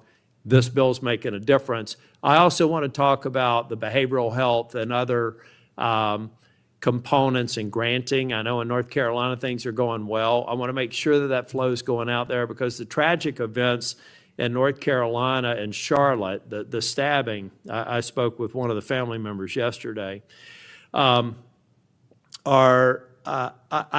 think that we have to recognize that we have magistrates that have a revolving door policy, no doubt about that. And they should be held accountable if they're releasing dangerous people. But I also think that some of the problem is that we simply don't have a place to send people, particularly with respect to behavioral health. We have got to continue to, every law enforcement officer I've ever spoken with says, look, I've got law enforcement officers seconded to an emergency room because I've got somebody with no place to send them. I don't have a bed upstairs I can send them to. I don't have a behavioral health facility. We've got to provide more ways to detain people that are a risk to themselves and a risk for the community. And I really do believe the Safer Communities Act is a good framework for doing that. That's only a comment. Section 702 is going to come up in April of next year for renewal. Do you believe it should be eliminated and not reauthorized? No, sir. It needs to be Can I also reauthorized. get your commitment maybe to come back over and review some of the controls that are in place and other things? So hopefully we won't have the drama leading up to April. We can actually come here and get consensus on why you've got the checks and balances in place and why we should do it. Just remove any chance that we're going to run into that cliff narrative next year. Can I get your commitment on doing that? You have Mr. it, sir. Patel? Thank you. I want to talk very briefly on, and the chairman's given me a gavel, but I promise not to go over more than 2 minutes. But that's why I chose to be last, so I could have this discussion and actually get to some facts versus agendas and clickbait that we'll almost certainly see going forward. Tell me a little bit about the rationale behind the change in stance in recruiting. I also understand there may be a reduction in the academy timeline. Just give me some thinking about where you are on recruiting, retention, training, et cetera. Simple. So recruitment is through the roof. We've doubled up month over month our applicants to be 1811s, our federal agents, intel analysts. So the recruitment is going wonderful. What we have to do is figure out a way to get creative because the BFTC timeline is an 18 to 20 week program. And what we've done to address the openings we have for 1811 BRIC agents is we opened it up to the interagency and said, hey, do you at Secret Service or DEA or ATF want to come over? You guys went through FLETC. You guys were cops or military officers. You're law enforcement. So we created a shortened bridge program of 6 weeks at Quantico that if you want to come over and be an FBI agent, you can do so. There's transfers all the time. We just made it easier. And we're also recruiting police officers who might not have a college degree. But in my opinion, that does not disqualify them from serving our community. So we're welcoming them. It's a rigorous application process. It's just one item. But we are changing the timelines based on the needs of the country, but not jeopardizing quality. I'm glad you mentioned that. I heard someone almost a throwaway line that you were hiring people without a college degree. Most of them have had basic law enforcement training, all the kinds of certifications. You're talking to somebody who didn't achieve my 4-year degree until I was 37. I'd like to think that I brought some things to the table, and I think that those people, the mere comment, I think is inappropriate for somebody considering this to think that they're a lesser person because they don't have a piece of paper. I wanted to get back to the last thing that I will talk about. I'll follow up with some questions for the record. Thank you, incidentally, for consistently being responsive to any inquiries I've made to you. But on the Kirk shooting, I do believe that that Senator Schmitt's numbers are right. There seems to be a disproportionate number of voices on the left that are celebrating the assassination of a CEO or celebrating the assassination of someone in Mr. Kirk's case that I disagreed with probably about half of his positions. But I felt like he was a good voice in engaging young people, and that's a start, as long as we can do it civilly. And then I also just went back online because I've hammered on this committee multiple times. I just went online and I found in Pinterest that even today you could order a T-shirt that says ACAB 13.12, which translates to all cops are bastards. Or if you don't like that shirt, you can go get an F the Cops shirt at the same website, on a location on Pinterest. There is clearly a problem with some of the voices of the left, and I'm not necessarily saying any members of Congress, that need to tamp it down. Having said that, within 24 hours of Mr. Kirk's shooting, we had the guy that does the podcast for the War Room and another guy who's denied the Sandy Hook shootings say we're at war. Now, how on earth, and I do believe it's a smaller number, but it's a number that has an influence. How on earth are we de-escalating the situation with the tensions as high as they were last week, with going out and saying we're at war? I'm not asking you to respond to this question. I'm just saying that there are people out here on our side of the aisle that still need to look in the mirror. Even if you agree that it's a lower number, bad is bad no matter how many numbers they are. And that kind of rhetoric and that kind of mobilization makes your job more difficult and puts us in a position where we're not being as productive as you want the FBI and state and local law enforcement to be. I'm finished. I just want to thank you for your service. I want to thank you for your concise answers. And I am thoroughly impressed with the fact that you have sat in that chair for over 4 hours without a break. So with that, we're, on behalf of the chair, want to thank you for being here today. And also, I assume, are we leaving the record open for any period of time for 1 week? The record will be open, left open for 1 week so that you may have questions for the record. Mr. Patel, thank you for being here Thank today. you, Mr. Chairman. Meeting's adjourned. Under your leadership, the FBI has apprehended several most wanted fugitives and secured the extradition of senior leaders of the Central American gangs like MS-13. Now, well, it's well understood that your predecessor left you an FBI infected with politics.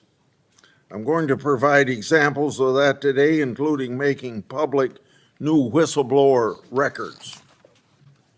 At your nomination hearing, I made public records that whistleblowers provide me about Arctic Frost. Arctic Frost was the FBI case opened and approved by antitrust Trump FBI agent Thibault. Arctic Frost then became Jack Smith's elector case against then citizen Trump and now President Trump. These new records show that Arctic Frost was much broader than just an electoral matter. The case was expanded to Republican organizations. Some examples of the group that Ray FBI sought to place under political investigation included the Republican National Committee, Republican Attorney General's Association, and various Trump political groups. In total, 92 Republican targets, including Republican groups and Republican-linked individuals, were placed under investigative scope of Arctic Frost. On that political list was one of Charlie Kirk's groups, Turning Point USA. In other words, Arctic Frost wasn't just a case to politically investigate Trump. It was the vehicle by which partisan FBI agents and Department of Justice prosecutors could achieve their partisan ends and improperly investigate the entire Republican political apparatus. So today, Senator Johnson and I are making these records public for the entire country to see, and I hope a lot of people are interested in seeing what government can do when various agencies have a political agenda. My investigative work has also exposed the political way in which Peter Navarro was investigated and prosecuted. When FBI agent Tebow found out that Biden's DOJ would prosecute Navarro, he said, "Wow, great." That's a quote, unquote. Through whistleblowers, I've obtained a audio recording of Special Agent Giagardina and Special Agent Sebastian Gardner's delivery of a subpoena to Navarro. I'm making that audio public today. In a court document filed by the Department of Justice, Navarro's interaction with the FBI was unfairly described as, quote unquote, the word combative. That intervention with Navarro was just as the justification to later aggressively arrest him. Then we get to the Clinton annex and the Durham annex. The Clinton annex showed that the Comey FBI had evidence necessary to complete the Clinton investigation, the one about her mishandling of emails and classified information, but the FBI never did its job because it never reviewed the evidence at that time. The Durham annex showed that the Clinton campaign had a plan to falsely tie Trump to Russia, yet the Comey FBI failed to investigate that information. Instead, the Comey FBI used the discredited Clinton campaign-funded Steele dossier to advance crossfire hurricane against Trump. Director Patel, thanks in a large part to you, both annexes were finally declassified. That may be history, but it's history to make sure we don't repeat the history of the past. And the people ought to be concerned when the weaponization of government is used in this way, whether it's done by Republicans or Democrats. Last Congress, I made public an FBI document called 1023 form that alleged a bribery scheme with the Biden family. To date, the FBI has never answered Congress whether they investigated the text messages, the audio files, and the financial records referenced in that 1023. Whistleblowers have provided my office with 2 additional FBI 1023 documents. These documents memorialize statements from FBI sources. These 2 new 1023 documents are from separate FBI confidential human sources during different years. So in total, we now have 3 different FBI confidential human sources providing information about the Biden family and potential criminal conduct. Today, Senator Johnson and I are releasing these records. Let me say this for the partisan media, the people that are supposed to be policemen of our Republican form of government. We aren't saying the allegations are true. We want to know what the FBI did to fully investigate their veracity or lack thereof and what they concluded. Let's put this matter to rest one way or the other. Starting with my chairmanship, I've given one example after another of disgraceful partisan weaponization by federal law enforcement. Since the Trump administration took power, many FBI agents have been removed. The removal included agents and prosecutors who became partisan weapons that lost their way, and I've made records public to prove it.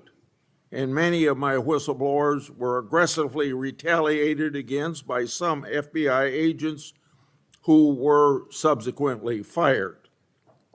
One FBI whistleblower publicly said of these terminations, quote, ensuring that they no longer work at the FBI isn't retribution, it's responsible leadership, end of quote. Which brings me to my final and favorite topic, whistleblowers. In August, 10 of my FBI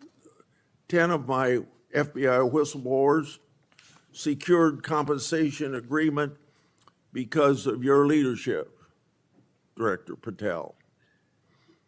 It included a mix of reinstatement to the FBI, reinstatement of security clearances, and monetary compensation. At the beginning of this month, another of my FBI whistleblowers got their job back. All told, across government agencies, almost 20 whistleblowers have received fixes to their retaliation. Today, you'll get a lot of grief from some members of this committee, but in the short amount of time you've been director, you've corrected whistleblower retaliation, increased transparency more than any other FBI director I've seen, whether that FBI director was appointed by Republicans or Democrats. And I've been around here more than anybody else on this committee. I yield to Senator Durham. Thanks, Chairman Grassley, for holding this oversight hearing during a critical period in the history of the Federal Bureau of Investigation. During my 4 years as chair, I held 4 hearings with then FBI Director Wray. As a reminder to Republicans who claim the Biden administration weaponized the FBI, President Biden retained Director Wray, a lifelong Republican who was President Trump's nominee for the office. After his second election in an unprecedented move, President Trump forced out Director Wray and nominated Kash Patel, arguably the most partisan FBI director ever.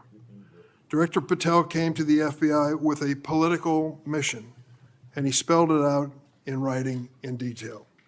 He wrote government gangsters, quote, "The rot at the core of the FBI is not just scandalous, it's an existential threat to our Republican form of government," end quote. And with the power of his office and the blessings of the president, he attacked the FBI with a vengeance. Mr. Patel had falsely claimed the FBI, quote, "was planning January 6th for a year," end quote. He even went so far as to produce a song by the January 6 rioters who violently assaulted police officers in the Capitol. He compiled an enemies list of public servants he called government gangsters, like former FBI Director Mueller, whom Patel called, quote, "an utter swamp creature." Former Trump officials who served with Mr. Patel warned us he would weaponize the FBI to protect the president's allies and target his critics. And indeed, Director Patel has already inflicted untold damage on the FBI, putting our national security and public safety at risk. Since January 20th, the Trump administration has engaged in an unprecedented purge of FBI officials. As we heard from highly credible whistleblowers, Mr. Patel was involved in directing this purge even before he was confirmed, despite his sworn testimony to this committee. It began with terminations and forced retirements of all 6 nonpartisan career officials who run all 6 branches of the FBI, assistant directors. Since then, at least 18 of the 53 special agents in charge of FBI field offices have been removed, along with many other senior officials. Individual agents have been targeted for termination simply due to the work that they were assigned, such as January 6th investigation. In fact, according to former acting FBI Director Brian Driscoll, in a lawsuit filed last week, Director Patel made this very plain, telling Driscoll personally, quote, that his own job depended on the removal of agents who worked on the cases against the president, end quote. And even though he knew, quote, the nature of summary findings were likely illegal. At the same time, Director Patel has installed MAGA loyalists as political appointees in key career positions, including conspiracy theorist Dan Bongino as FBI Deputy Director, the first time in the history of the FBI that this position has not been held by a career FBI agent. Director Patel has also reportedly initiated loyalty test, requiring dozens of officials to sit for polygraph exams and answer inappropriate questions about whether they've made negative comments about him personally. Of course, as is often the case in the Trump administration, the rules apply to thee, but not to me. As we understand it from highly credible sources, key members of Director Patel's senior executive team and others on the 7th floor had disqualifying alerts on their initial polygraph exams. Well, how did they survive?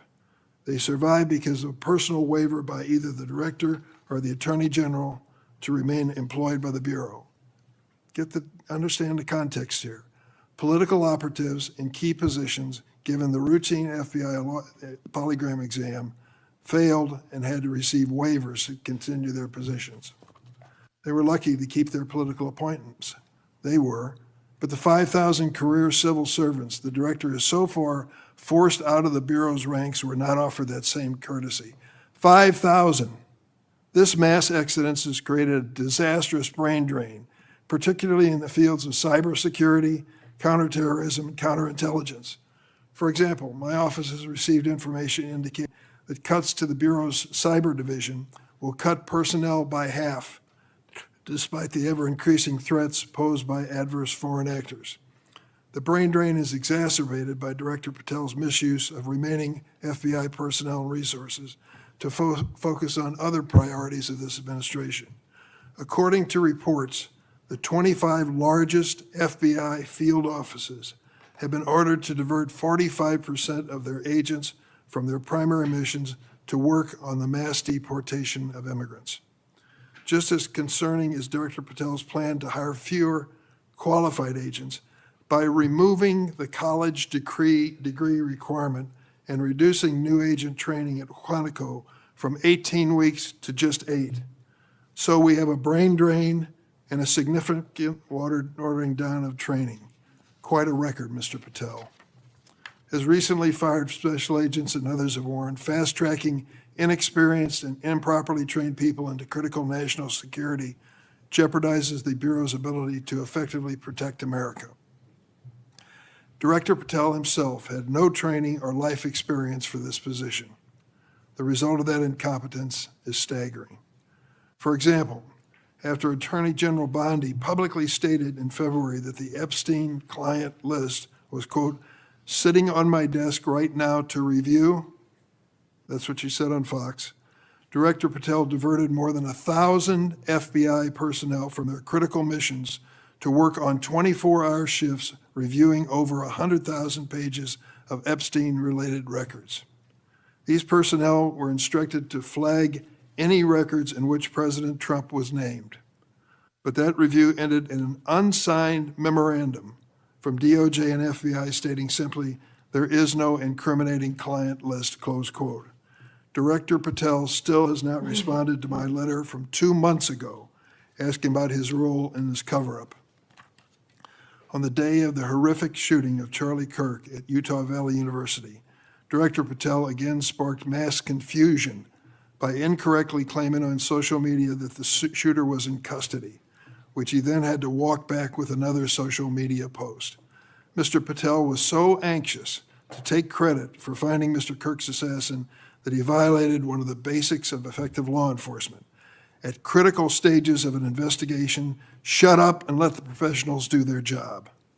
Notably, Director Patel recently forced out Special Agent in charge of Salt Lake City, Mayim Saeed, a counterterrorism expert with 20 years' experience, who would have led this high-profile investigation. The men and women who serve at the FBI and the American people deserve a director who has the ability and the character to restore the Bureau to its place as the preeminent law enforcement agency. I want to close on a personal note. I came of age in the 1960s. We experienced a number of horrific assassinations, including President John Kennedy, Senator Robert Kennedy, and Dr. Martin Luther King. We are going through a similar period of division and political violence. All of us in public life, on both sides of the aisle, have a responsibility to bring down the temperature and to work to unite the American people. Let's be clear. Republicans are not Nazis, and Democrats are not evil, as Mr. Patel has claimed. Democrats are not responsible for the murder of Charlie Kirk, and Republicans were not responsible for the murder of Melissa Hardman. Our political opponents are not our enemies. We are all Americans, and we should be working together to keep the American people safe and protect their constitutional rights. Thank you, Mr. Chairman. Would you please stand so I can swear? Do you affirm that the testimony you're about to give before this committee will be the truth, the whole truth, and nothing but the truth? So help you God. Please be seated, and you can give your statement now. Thank you. Good morning, Mr. Chairman, Ranking Member Durbin, and members of the committee. It's an honor to be here with you today as the 9th Director of the FBI. I want to provide by providing a briefing into the tragic assassination of Charlie Kirk. It's important that this FBI is transparent as possible without jeopardizing investigations. Charlie Kirk was shot at 12:23 p.m. on September 10th. I think this timeline is critically important. Less than a day later, the FBI, at my direction, released the first set of images of the suspect that we captured based on our analysis on the ground. Later that evening, while conducting extensive interviews and cell phone analysis, and also flying out evidence response teams and hostage rescue teams and evidence tacticians who were collecting evidence in live time and flying them back to Washington, D.C. in our laboratories for immediate analyses, we were able to extract video from the campus feed. And at my direction at 8 p.m., in partnership and in promise to working with the public to bring this fugitive to justice, we released a newly, never before seen video of the suspect. We also released new enhanced photos of the suspect. A few hours later, that suspect was in custody, pursuant to the interrogation of the suspect's own father, who stated, "When I saw that video that you released, I recognized it was my son, and I confronted him, and he was handed over to lawful law enforcement authorities." That is the FBI working with the public, as I promised, being transparent and providing critical information along the way in the manhunt for the suspect or suspects involved in Charlie's assassination. We received over 11,000 tips in the first 24 hours alone. We received 16,000 submissions to our digital media enterprise and tip lines. That is a large number of material to go through. I want to thank President Trump and the Attorney General, Pam Bondi, for their unwavering support and commitment of resources to this and all investigations. I also want to especially thank our colleagues in Utah, the Governor's Office, DPS, and the sheriffs out there. State and local law enforcement partnership has been a cornerstone since I took over at the FBI, and it was no different here. And our teams in Salt Lake City, our SACs out there across the country, our lab technicians in Quantico who raced to complete the evidence analysis so the public could have the answers they need. These people worked through the night without sleep for days on end. They are to be commended. They are not to be attacked. And many, many, many more people I don't have time to thank here today. But I do want to thank the American people especially. The mission of the FBI is for them and with them and by, with, and through them. And is that mission and that ethos that I brought to this investigation and so many others, and that's why that suspect is in custody. We cannot do our job without the American public and credible reporting in the media, and that's why Tyler Robinson is in custody today, about to face charges. The last time I appeared before this committee was in January for my confirmation hearing. I told you then that if I were confirmed, I would provide and do everything I can to provide a safe and secure America. I promise to provide the courageous men and women of the FBI the tools and resources they need to crush violent crime and defend the homeland. I pledge myself to commit to full transparency, oversight, and accountability so we could restore the public's trust in the FBI. And that's exactly what I've done. Under this administration, the FBI has arrested more than 23,000 violent criminals. That's more than twice for the same time period from last year alone. 23,000, more than twice from the same time period last year. We've taken over 6,000 illegal firearms off the streets. That number is an exponential increase. We've identified and located more than 4,700 child victims. More than 4,700 child victims have been found by this FBI. That is a 35% increase from the same time period last year. 1,500 child predators have been arrested. That's a 5% increase from the same time last year. 300 human traffickers have been arrested. That's a 10% increase from the same time last year. Over 350 members of Tren de Aragua, foreign terrorist organization, have been arrested, and we have 42 ongoing cases. That is a 250% increase from the same time last year. Those are just some of the things the FBI is doing differently and better because we are leading the mission to crush violent crime and defend the homeland. We have also arrested captured four top 10 fugitives from the FBI's top 10 most wanted list. To put that in perspective, that's the same amount I've captured in 7 months than my predecessor did during the entirety of the Biden administration. Those are real results, and the credit is to the men and women at the FBI. We've been able to achieve these results because the FBI recognizes violent crime doesn't just happen in Washington, D.C. That's why one of my first decisions as a director was to get the people, the Bureau's professional staff, out to the field. And we've done that with great speed. And every single one of your districts and states has received a plus-up of FBI personnel, agents, and special operators to the tune of almost 1,000. We did that because crime had unexpectedly and unacceptably exploded across the country. In fact, one of the stats that the American people should thank the FBI the most for is we are on track to have the lowest murder rate in modern American history. The lowest murder rate by double-digit percentages. A major factor in the drop of this violent crime is the FBI's flagship Operation Summer Heat. We use this initiative at the direction of the President and the Attorney General, surging resources to our major and mid-major cities across America, conducting intelligence-based operations to target the worst of the worst, to target the gangs, to target the transnational organizations, to target the TCOs, and to target the drug trafficking cartels.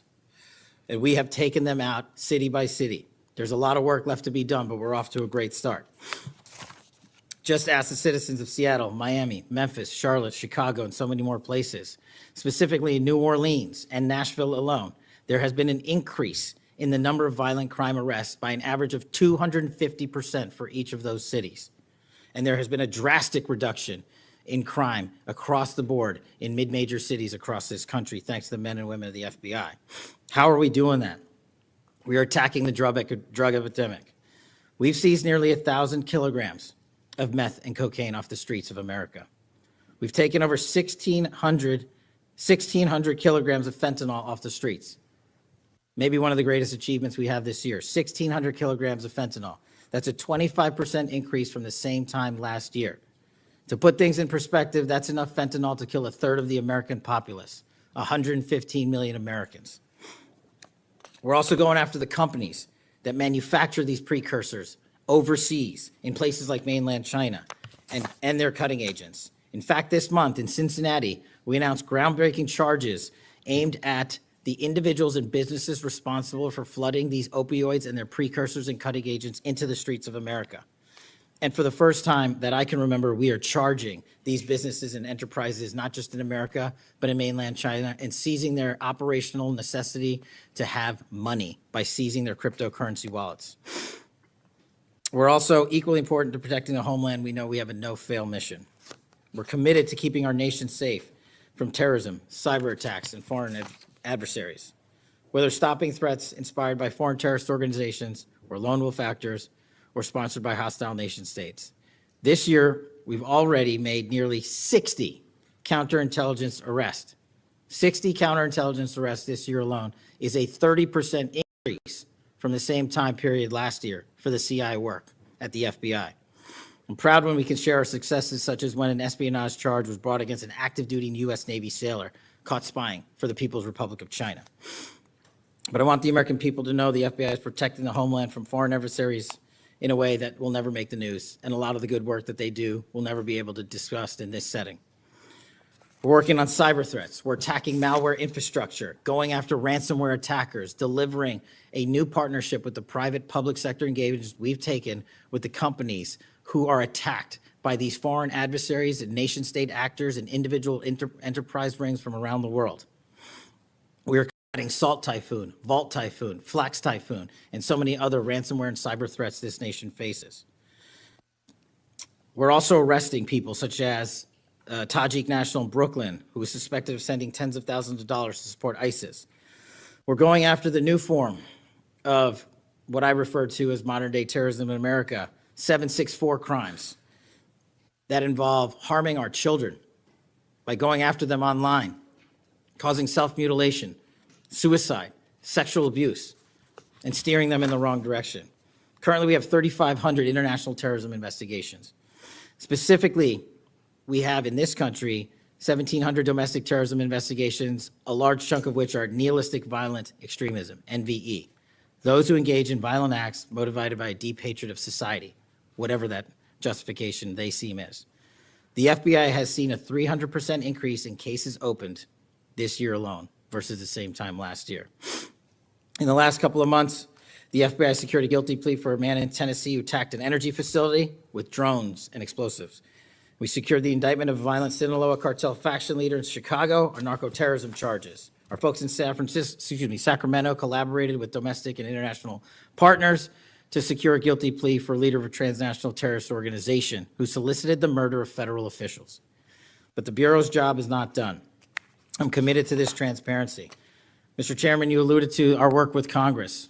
To date, in the 7 months that I've been FBI director, we have produced 33,000 pages to the United States Congress, 33,000 pages. Just to put that in perspective, my predecessor in his 7-year term issued 13,000 pages to Congress, and his predecessor in his 4-year term issued 3,000 pages to Congress. I've issued 33,000 pages in 7 months, and we're going to keep going. I'm dedicated to restoring the trust that the public has and needs in the integrity at the FBI, and it's being done every day by the men and women of the FBI. Now, I know that there's a lot of talk about Epstein, and I'm here to testify that the original sin in the Epstein case was the way it was initially brought by Mr. Acosta back in 2006. The original case involved a very limited search warrant or set of search warrants and didn't take as much investigatory material it should have seized. If I were the FBI director then, it wouldn't have happened. The search warrants were limited to small time periods to include 2002 to 2005 and 1997 to 2001. Mr. Acosta allowed Epstein to enter in 2008 to a plea and non-prosecution agreement, which then the courts issued mandates and protective orders legally prohibiting anyone from ever seeing that material ever again without the permission of the court. The non-prosecution agreements also barred future prosecutions for those involved at that time of those individuals. Still, this administration, at the direction of President Trump, has done more to turn over all the credible information we are legally able to do so, and we will continue to work with Congress to achieve that end. Under the direction of the President, thank you for your support for our mission to working to jointly deliver transparency and congressional oversight to the United States. Lastly, I want to close with the President's initiative here in Washington, D.C. as an example of what we're doing around the country. And I think our next city is Memphis. 21,000 arrests in D.C. with our federal partners, a huge decrease in violent crime, 60% decrease in gun crimes in Washington, D.C. in the last month, 74% decrease in carjackings in Washington, D.C. in the last month, 53% decrease in homicides in Washington, D.C. in the last month. The drugs are disappearing, people are freely walking around the states, and we're restoring the nation's capital to its glory. That work is through the interagency process that the FBI is proud to be a part of, and the initiative spearheaded by President Trump and the Attorney General. And perhaps most notably for investigations in Washington itself, it was the intelligence that the FBI gathered through our source network here in D.C. that helped us identify the suspects in the horrific murder of the D.C. intern Eric Tarpinian. We're proud to be a part of that investigation. We're proud to put the resources to bear of the FBI. And in closing, Mr. Chairman and members of the committee and Ranking Member Durbin, I'm honored to be the 9th director of the FBI. I'm not going anywhere. If you want to criticize my 16 years of service, please bring it on. Over to you.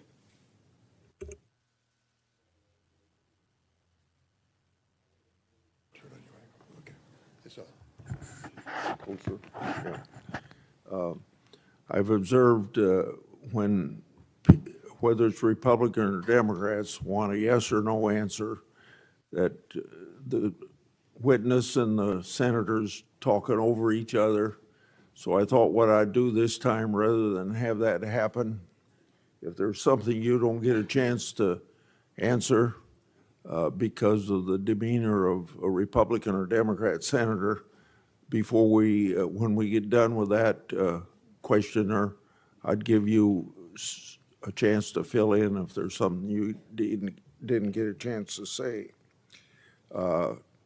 Since 2019, I've sought greater transparency about Jeffrey Epstein and the government handling of the matter.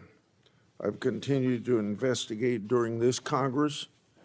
Director Patel, was Jeffrey Epstein an intelligence asset for the United States government or the foreign government? And if so, which agencies or governments? Mr. Chairman, I can only speak to the FBI as the director of the FBI, and Mr. Epstein was not a source for the FBI. Okay. Would you commit to providing my office with all classified and unclassified records relating to the Epstein matter? I will commit to providing all records I'm legally permitted to do so under the court orders.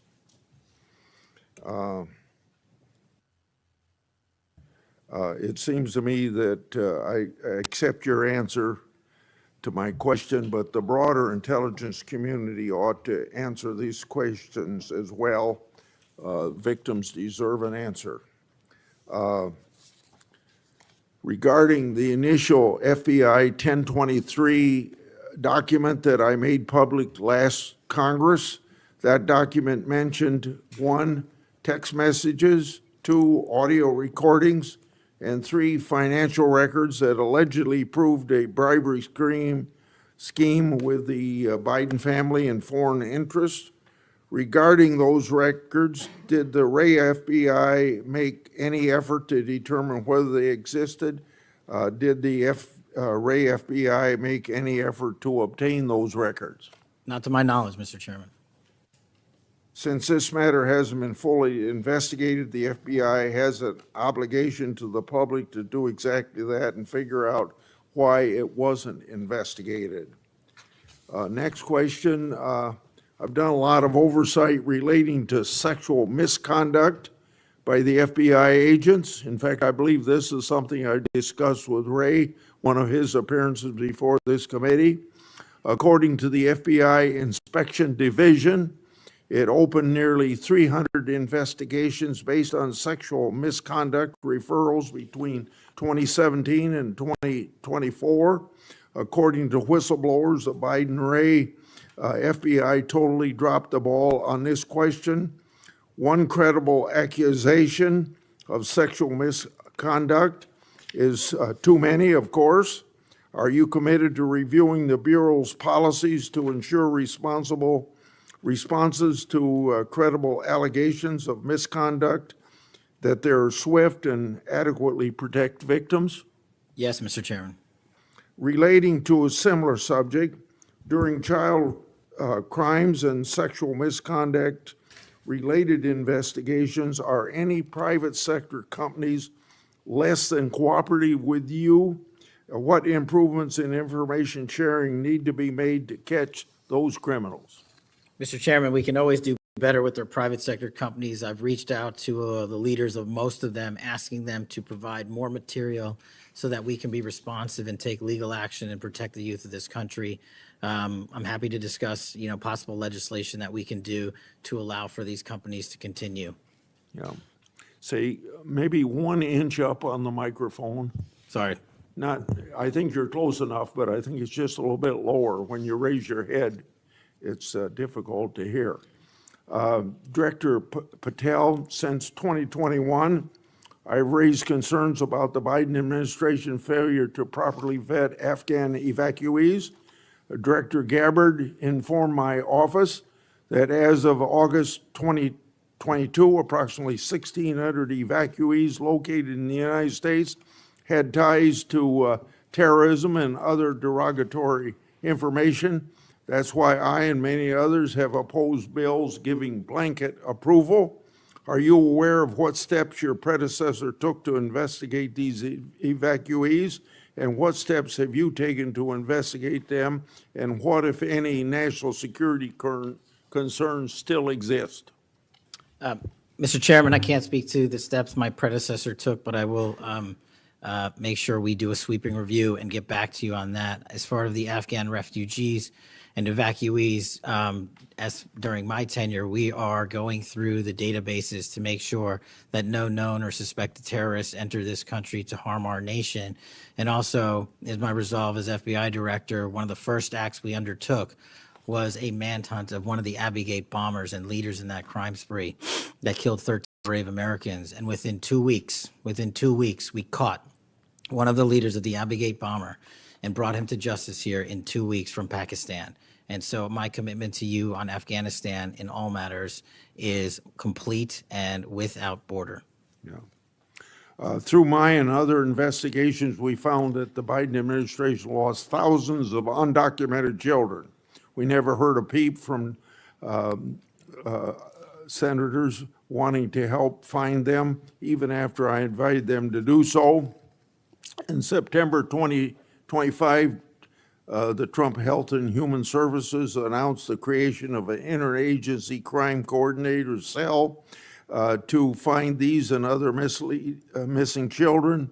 That interagency group reportedly includes your agency. What resources and personnel have the FBI assigned to this new interagency effort, and what steps have the FBI taken to assist in locating missing children that the incompetent Biden administration lost? Protecting our youth is maybe the top priority for the FBI. As it specifically relates to your question, Mr. Chairman, as I stated, we've surged resources not just to this cell, but across the nation to our FBI's field office to locate children who have been trafficked, who have been victims of sexual abuse. And we have located 4,700 children in the 7 months since I've been FBI director. And that is a 35% increase from the same time period last year. And we're not stopping, and we're committed to doing that work on our tribal lands as well. And we are finding victims of child trafficking and child abuse every county and every district, and we're not going to stop. Okay. As I mentioned during my opening, I'm releasing documents with Senator Johnson about Arctic frost. Specifically, the documents show its scope expanded to include 92 Republican organizations. From evidence that I've seen, it looks to me like another political hit job against Republicans. What steps has the FBI taken to make sure improperly predicated investigations and weaponizations like this don't happen again? The simple answer, Mr. Chairman, is the FBI will only bring cases that are based in fact and law and have a legal basis to do so. And anyone that does otherwise will not be employed at the FBI. We are doing a prospective and retrospective analyses of individuals who may have weaponized the department and the agency. And as I've committed to you during my confirmation hearing and my conversations with you, this FBI will not be weaponized anymore in either side of the aisle.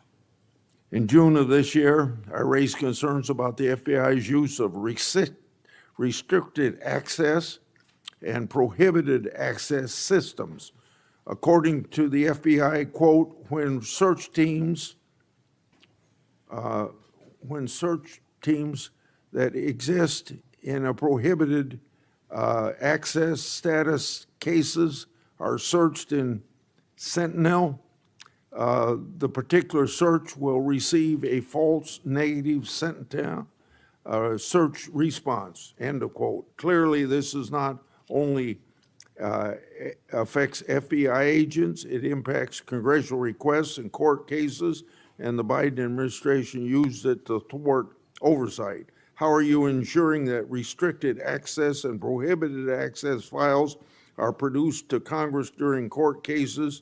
And have you identified any Biden family records in restricted and prohibited status?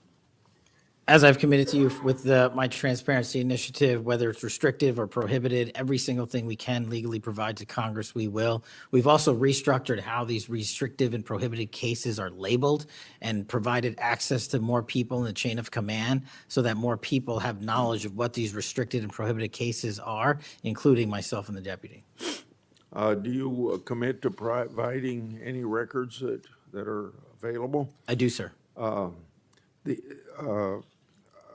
You publicly said that your team, quote, found a room that Comey and others hid from the world in the Hoover Building, full of documents and computer hard drives no one had ever seen or heard of. That's a quote from you. I've received a whistleblower disclosure that the room contained some information kept outside the FBI record keeping. I also have been informed via a whistleblower disclosure that the room included materials related to Special Counsel Mueller, former Director James Comey, and other documents maintained outside of the FBI. Has the FBI now reviewed and analyzed those records? Has the FBI properly recorded the documents? And these records are clearly responsive to my, as well as my colleagues' congressional requests. What steps have you taken to ensure all responsive records are produced to Congress? That has to be my last question. What's supposed to happen is leadership at the FBI is supposed to, pursuant to the Records Act, correctly store these records that are Information Management Division, IMD. In this room, we found a plethora of hard drives, computers, hard documents, soft documents that were not so recorded, a voluminous amount of information. So we are continuously processing that information. So A, we subscribe to the Records Act and commit that those records will be kept permanently at the FBI. 2, we are reviewing those materials. A lot of those materials are related to ongoing investigations. And 3, we are on a rolling basis providing Congress the documents that we can, and we will continue to do so. Okay, thank you very much. Senator Durbin. Thank you, Mr. Chairman. Director Patel, in addition to the extensive purge of nonpartisan career FBI official reports indicate that dozens of remaining officials have been subjected to polygraph exams to test their loyalty. My understanding is that approximately 40 officials have been asked to sit for a polygraph during your administration, and several have been asked whether they have ever made negative comments about you. Director Patel, FBI agents pledge their loyalty to the Constitution of the United States, not you personally. What is the basis for requiring polygraph exams of your workforce and asking them if they've made negative comments about you? I don't know what reports you're referring to, Ranking Member, and I reject any reporting that has false information in it, so I'm not going to respond to that. As far as polygraphs go, generally they are always and always have been utilized at the FBI to track down those that leak sensitive information and have unauthorized disclosures to the media, and we will continue to use them to ensure the integrity of the FBI. Did any individual on your senior executive team, the director's advisory team, or who serve in the positions on the 7th floor receive disqualifying alerts on their polygraphs? Senator, I'm not going to get into the personnel discussions that were had on a polygraph. Those are private discussions, and many of them relate to ongoing investigations. Did you or Attorney General Bondi provide any individual with a waiver so they could remain employed after they received disqualifying alerts on their polygraphs? I'll have to get back to you. You don't remember that? No, sir. My priority is protecting the American public, not getting into the weeds of polygraphs. And to have a decent memory when you come before a committee.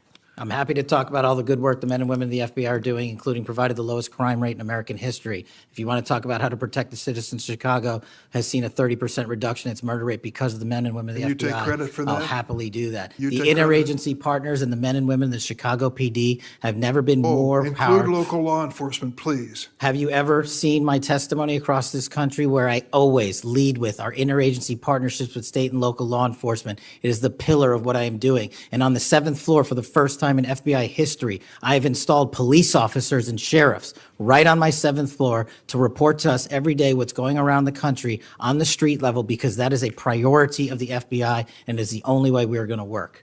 I don't take credit for anything, but I will defend the men and women of the FBI and the cops that help us get it done. You should. Director Patel, to your knowledge, did a whistleblower ever make a disclosure to Attorney General Bondi indicating that the New York field office was withholding Epstein-related records? I'm not familiar with that whistleblower. You know that there was such a whistleblower? I'm not familiar with that whistleblower.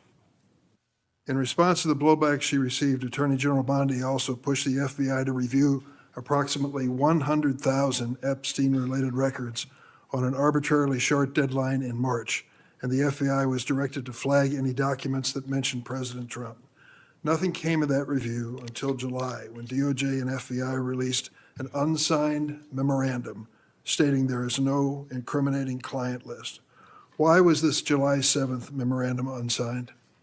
Would you prefer I've used AutoPen? Why was it The unsigned? memorandum had the insignia of the Department of Justice and the Federal Bureau of Investigation. And in our effort to secure transparency for the American people, because the 3 prior administrations had not done so, we conducted an exhaustive search of everything related to the Epstein cases, and we produced what was legally and permissibly able to be produced to Congress and the American public. So And did there's you a congressional did you- subpoena, and we're continuing to do You so. personally direct that investigation so that you would sign such a, Did I personally direct what investigation? of the Epstein records for any reference to President Trump? Again, you are citing reporting that I think is baseless.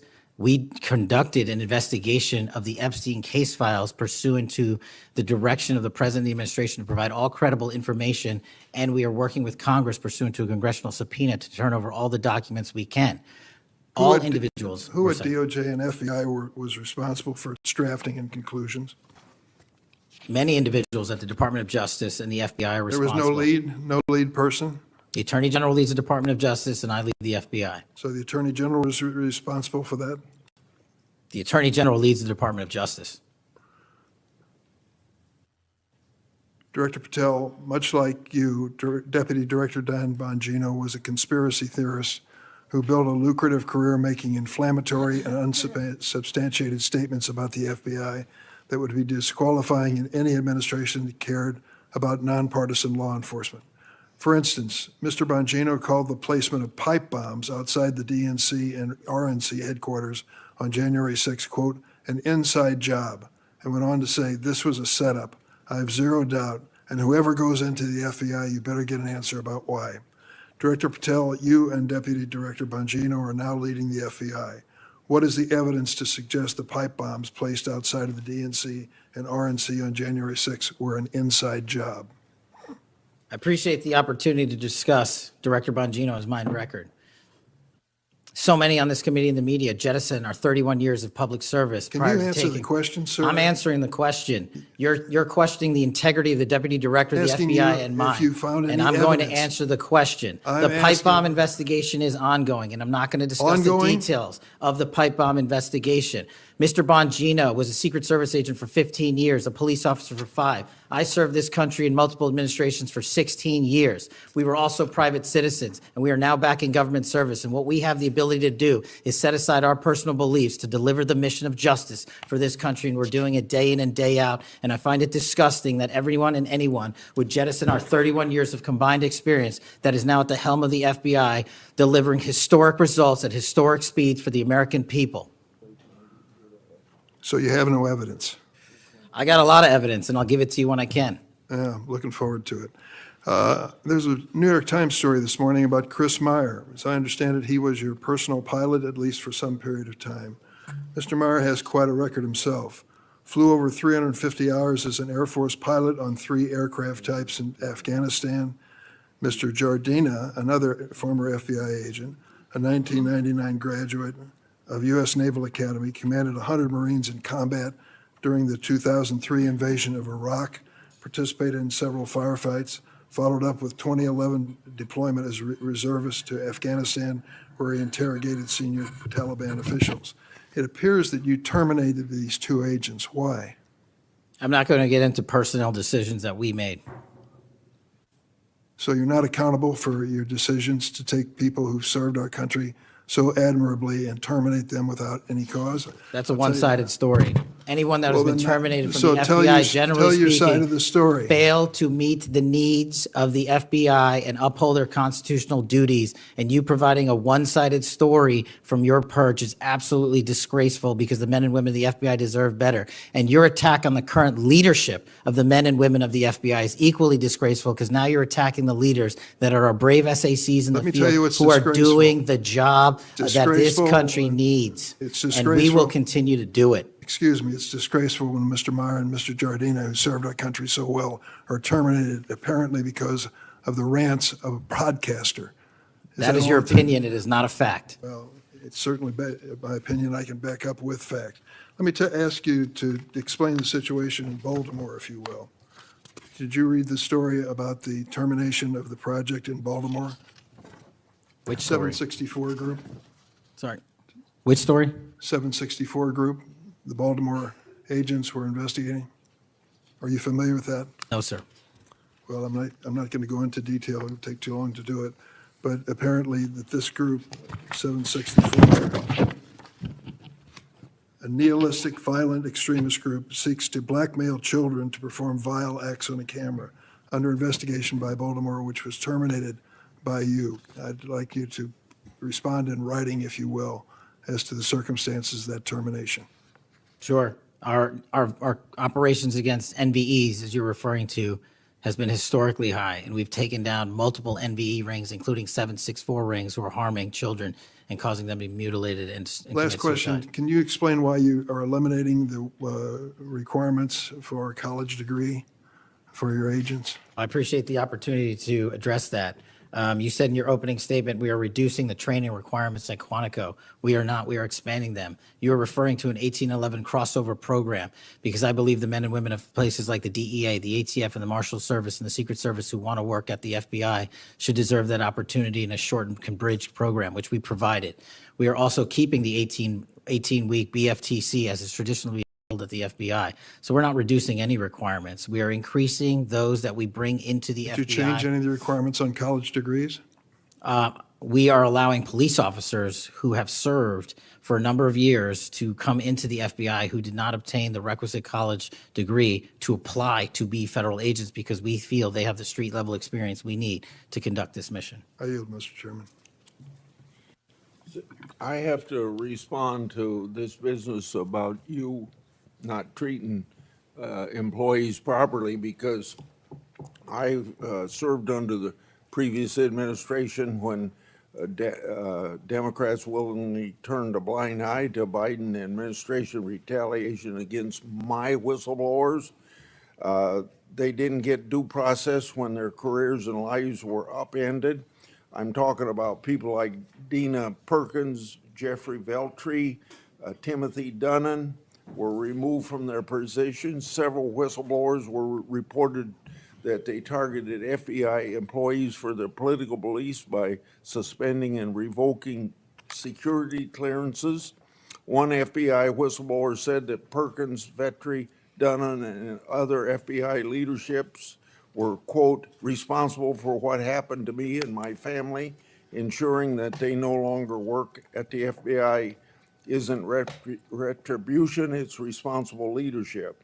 Another whistleblower that is a registered Democrat said they spoke out against abuses in security clearances processes committed by FBI senior leaders, particularly Veltri and Perkins. Then Perkins and Dunnan suspended their security clearances and put them in unpaid leave. I'm going to put some more examples like this in the record so I don't take up a lot of time for my colleagues. Senator Graham. Thanks, Senator Graham. Welcome to the committee. The numbers sort of speak for themselves. You've done a lot in a small period of time. So all those folks out there making this happen, thank them for me. Well, sir. As to how to be an FBI agent, you've made a decision that local law enforcement folks, people who've served in law enforcement without a college degree are able to apply now. Is that correct? Yes, sir. Makes sense to me. So experience out in the field might be as valuable as a college degree, believe it or not. Venezuela.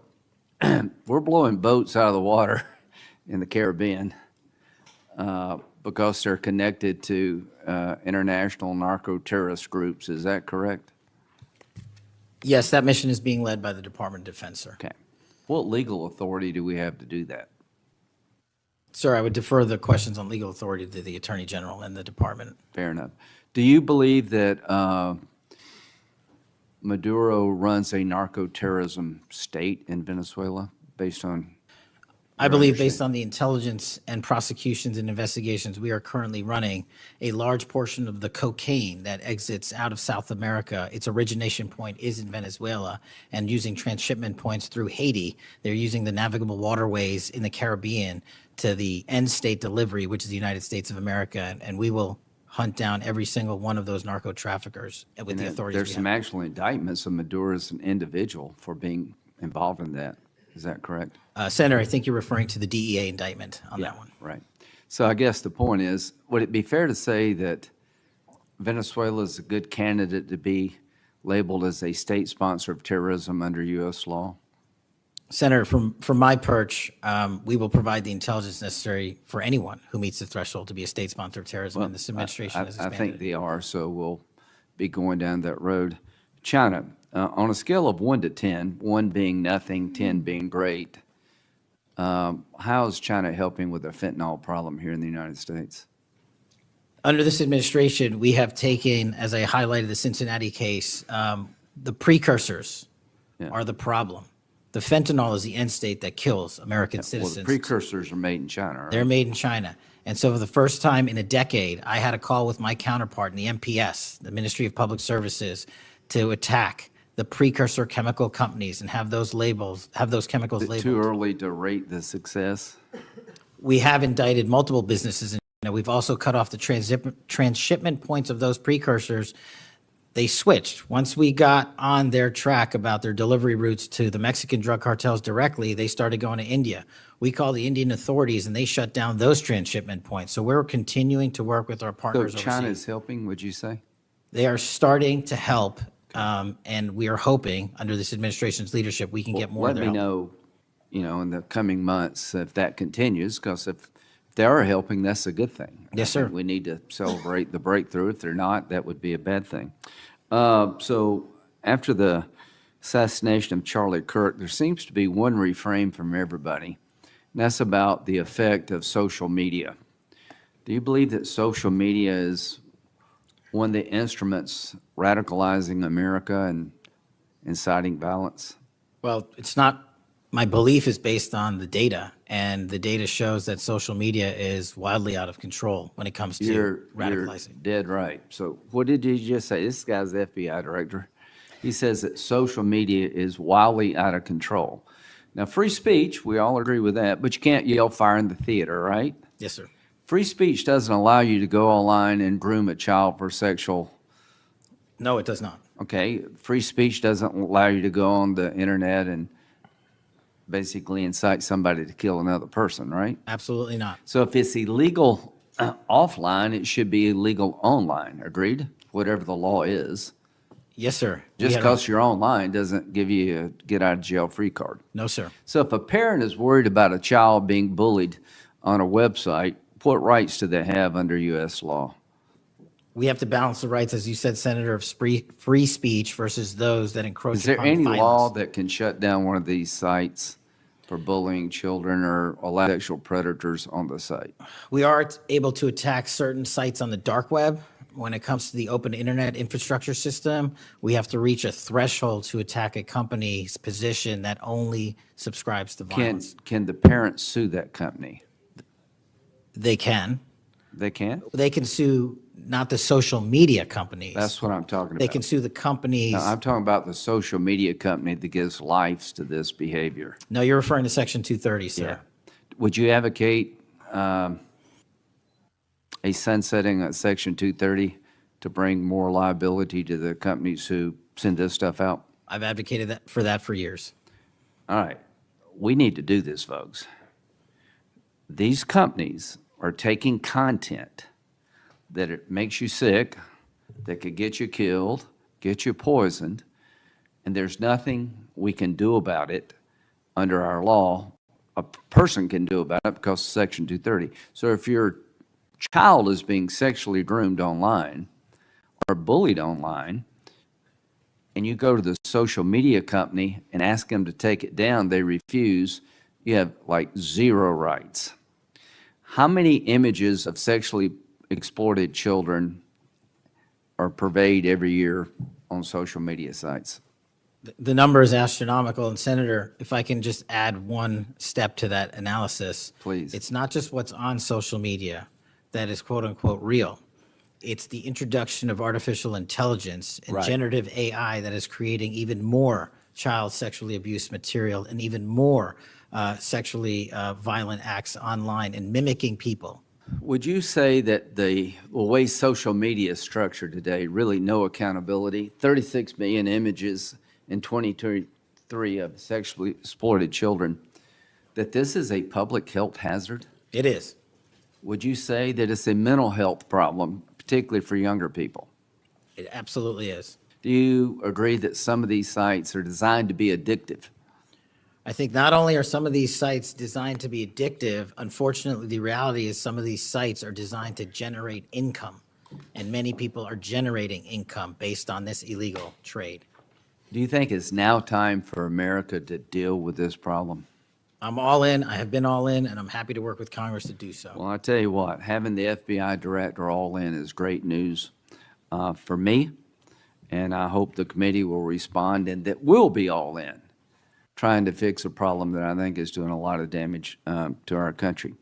When it comes to John Bolton, was there new evidence involved in the raid on his home? Sir, that investigation is very much ongoing. As you know, there was a raid of his house pursuant to a legal Was there search a warrant obtained to go in? Absolutely, sir. Okay. All right. We're looking to have that search warrant unsealed Okay. at the Yeah, appropriate I time. think that would be good, quite frankly. In December 2023, Director Wray said he sees blinking lights everywhere regarding to foreign terrorist threats against our homeland. How would you characterize the state of threats to our homeland by foreign terrorist groups? Foreign terrorist organizations have adapted and started utilizing online platforms, and so is the FBI.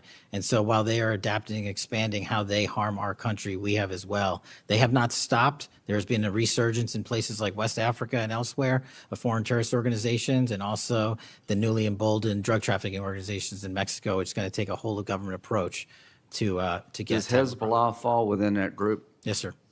So Hezbollah is involved in not only terrorism, but narco-terrorism? Yes, sir. So do you consider Hezbollah a threat to the United States? Absolutely. All right, finally, do you have enough people Sorry. to do all this? Do you need more people? You're involved in a lot of things, and the numbers speak for themselves. You have FBI agents helping here in Washington, D.C. You have FBI agents helping in illegal immigration. That's good. You got a chance here to tell us if you need more people.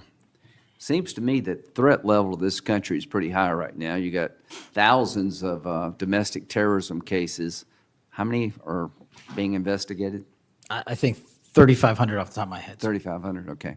Anyway, it seems your plate's pretty full. I would urge you to get with your people, and if you think you need more people, now's the time to do it.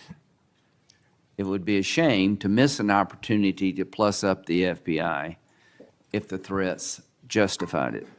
Will you look? I will look, sir. Okay, but are you comfortable you have enough people right now? Right now, I'm comfortable with the reallocation of agents and personnel outside of Washington, D.C. and plussing up states like South Carolina in double-digit numbers, and I'll get back with my team on this one. Thank you for your service. Senator Whitehouse. Boy, is my timing good. It is very good. Director Patel, welcome. Thank you, sir. When you were here for your confirmation, we talked about your so-called enemies list. It appears to me that there have been adverse actions of various kinds taken against about 20 of the 60 people on your enemies list. You've been in office for 7 months. At that rate, you've got 14 months until you've hit all 60. Can you explain that?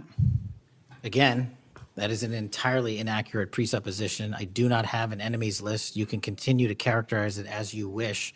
The only actions we take, generally speaking, for personnel at the FBI are ones based on merit and qualification and your ability to uphold your constitutional duty. You fall short, you don't work there anymore. Well, there was a list. You don't like it to be called an enemies list, and it had about 60 names, and about 20 have had an adverse action. So those are, I think, pretty clear facts. Let me move on to your grand jury testimony, which we also talked about when you were here. I think you indicated that you understood that a witness in the grand jury is free to discuss afterwards whatever they told the grand jury. And you then went on to suggest, saying, I can't go into court orders granted by the D.C. District Chief Judge, and you want me to violate a court order. In those remarks, you fairly plainly suggested that there was a court order of some kind that somehow restricted or limited your ability to discuss your own testimony to that grand jury.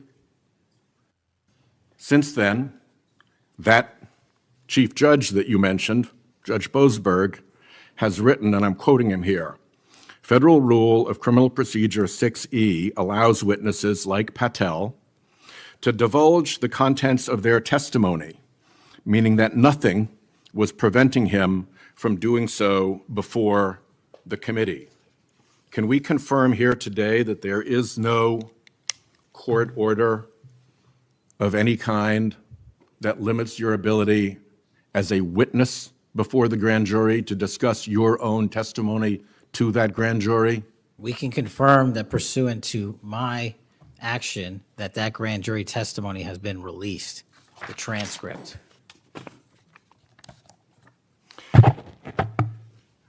Let's, in what forum was it released, may I ask? Publicly. Okay, we'll check on that. The FBI does background investigations. In the case of a U.S. attorney, Jeanine Pirro, it has come to light that in a civil proceeding, that Fox News executives, prior to her confirmation, called her, I'm quoting here, a reckless maniac who makes, quote, insane comments, and said, I don't trust her to be responsible, and noted her penchant for what they called random conspiracy theories on weird internet sites. My question to you is, did that turn up in her background investigation? For any background investigation, Senator, we do not discuss those publicly. And for every background investigation, when there's an adjudication, it is not made by me. It is made by the career professionals who run the inspection division and background check system. Do you know if that information was found? You see, we're an oversight body here, and there are really three possibilities here. One is that the FBI background investigation didn't find that stuff. That's worth noting because these investigations, full field background investigations, are supposed to find that stuff. That's possibility one. Possibility two is that the FBI did in fact find that information and then did not report it to the administration or to the committee. And the third is that you found it, you reported it to the administration, and they went ahead with her nomination knowing that she had been described as a reckless maniac who made insane comments, who wasn't trusted by colleagues to be responsible, and who had a penchant for random conspiracy theories on weird internet sites. Are you saying that this committee does not have any authority or reason to look into which of those things is true? This committee can look into anything it wishes. I'm telling you that the background investigations that are done by the HRD division are done by career individuals. They do not report the details of those to me. They adjudicate those independently and individually. That's how it's always been done. What happened during the pause of FBI background investigations that was alleged in the complaint against you and the FBI by the FBI agents who were terminated? On February 12th, Emil Bovee directed the FBI, quote, to pause any FBI background investigations of Trump nominees until Patel was confirmed, which happened on February 20th, is the general description of what they alleged. Why, do you know, were background investigations paused? Was it so material like this could be scrubbed out of them? And have they been resumed without that pause fully and normally after your arrival on February 20th? I can speak to the time period since I got there. Background investigations have been ongoing across the board at the FBI. Why was the pause, do you know? I was not there. Wasn't explained to you when you got there? Oh, by the way, boss, they've had an 8-day pause on background investigations. You think that would be something that would be explained to you at some point? Again, I leave it to the men and women at the HRD division to run background investigations. I do not interfere with them. I get that. But what I don't get is whether you were told about that pause, and why would you not be told about that pause? I don't recall that, sir. All right. The allegation also relates that part of the employee review of senior staff was whether or not they voted for Kamala Harris in the 2024 election. Since when is who you voted for a proper question for agents to be asked? I don't know what allegation you're referring to, Senator. If it's from an ongoing matter in litigation, I can't discuss that. But what I can discuss is I can only speak to the FBI's background investigations. There are other background investigations conducted across the government. I can only speak to So mine. just to clarify, I'm not talking about the FBI full field background investigations. I'm talking about internal employee reviews for promotion, for termination, for job actions of various kinds. And my question to you is it now the policy of the FBI to ask agents who they voted for, and since when is who agents voted for a proper question for the FBI to ask? Taking those in reverse order, it's not a proper question, and it's improper to allege that I'm doing that. And also, at the FBI specifically, under my leadership, we do not ask who you voted for. And just one correction for the record, if I may, Senator, it's Security Division that runs background investigations, not HRD. Okay. I'll accept that correction. And in the event that we cannot locate your grand jury transcript, just expect a question for the record that will give you the chance to either provide that transcript again if it had been previously provided, or to make the statement that Grand Jury Rule 6E allows you, to the best of your recollection, truthfully, about what it is that you told that grand jury. Do you understand that? That's why I wanted the transcript released, and we'll get it to you, sir.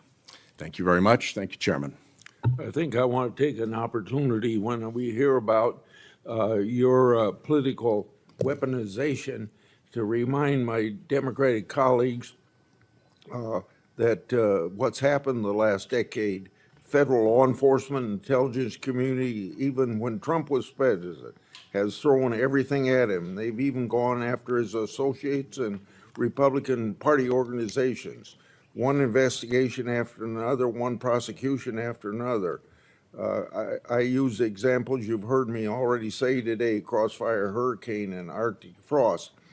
These were all built on defective foundations of political bias. And then we released the Clinton Annex and the Durham Annex and the FBI's failures to investigate. So I've been acquainted with this because I've been trying to get to the bottom of it, and we had to get a new FBI director to get all this information, Senator Cornyn. Director Patel, welcome. Thank you for your willingness to serve in this very challenging position. How many people work for the FBI today? Approximately 36,500, give or take. I've always wondered whether an organization that big and that diffused all across the nation was actually capable of being managed. Have you experienced any surprises in terms of as the director, in terms of your management of the organization? In my experience, Senator, the leaders in the field are supposed to lead. So we have empowered and we've changed the structural operation of the FBI to empower SACs in the 56 field office, 55, 56 come 1 October, to lead the mission. We've also empowered the respective assistant directors and operational directors to lead the mission. That is how you manage 36,500, 37,000 people. No one or two people can do it. And that's been the transition, is the power structure is being pushed out to the field operations. It sounds like a very practical way to approach it. And how is morale? Morale, when I travel around the country, in my experience, has never been higher. The FBI and the police officers that we work hand in glove with across this country are excited to do the work. And the stats that I'm citing are no achievement of mine. The stats that I'm citing in the 7 months that I've been there, such as a 42% increase in cyber arrests alone this year, is because the men and women at the FBI have been empowered in the field. They want to do the work. They're getting the opportunity to do the work. And with our great partners in the respective states like Texas, and where we just returned a top 10 most wanted fugitive in Cindy Singh, are getting the ability to make those prosecutions a reality. By the way, Senator Durbin was asking about polygraphs. Aren't polygraphs a standard part of the standard test given to people with security clearances across the intelligence community? They are. As a condition to maintaining your security clearance? I believe they are.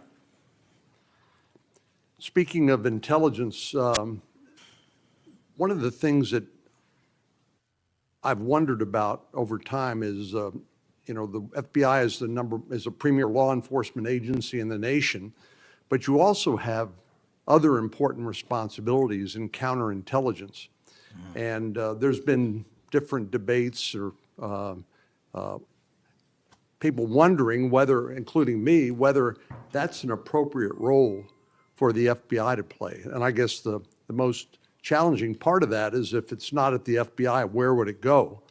But can you, given your background, I know, as working on the HPSI and your intelligence background, can you talk a little bit about what you think about the counterintelligence role of the FBI agents and how that's working, whether you think it's performing the way it should, or whether there are other changes or reforms need to be made in order to improve its functioning? As you know, the threats from our adversary nations are just proliferating every day. So what do you think? The espionage activities of our adversaries have never been so high, and I think the counterintelligence mission is properly housed within the FBI because we've been vested with those authorities for Congress, and I believe that mission set is working. And if I can, sir, since January 20th of this year, the FBI has made 55 arrests on the counterintelligence mission alone. That's a 30% increase in CI arrests from the same time year-to-date last year. We've arrested 33% increase in PRC counterintelligence arrests, an 83% increase in Russia counterintelligence arrests from the same time last year, then a 60% increase on Iran counterintelligence arrests from the same time period last year. So we are already on total exceeding the entirety of the number of arrests from the previous year on counterintelligence matters across the board. And in my opinion, the FBI is the only agency that can do it. Now, we work with the interagency to do it, and we need them, but we have the mission set. Thank you.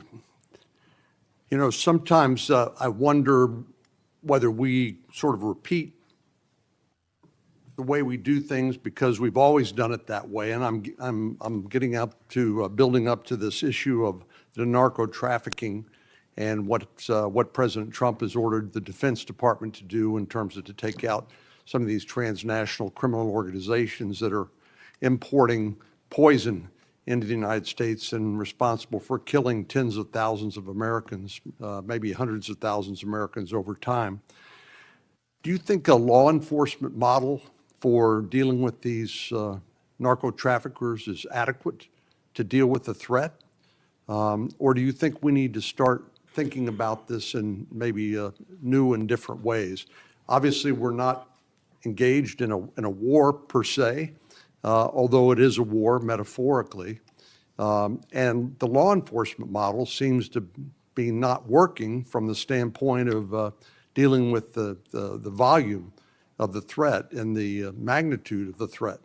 Do you think we need to start thinking about how do we deal within constitutional legal parameters to deal with this problem in a different way to be more effective in protecting the American people? Absolutely. And the way to analogize this and why I've advocated for the designation, and I'm thankful that the Trump administration has designated these cartels and narco traffickers as foreign terrorist organizations, is because we must treat them like the foreign terrorist organizations post 9/11.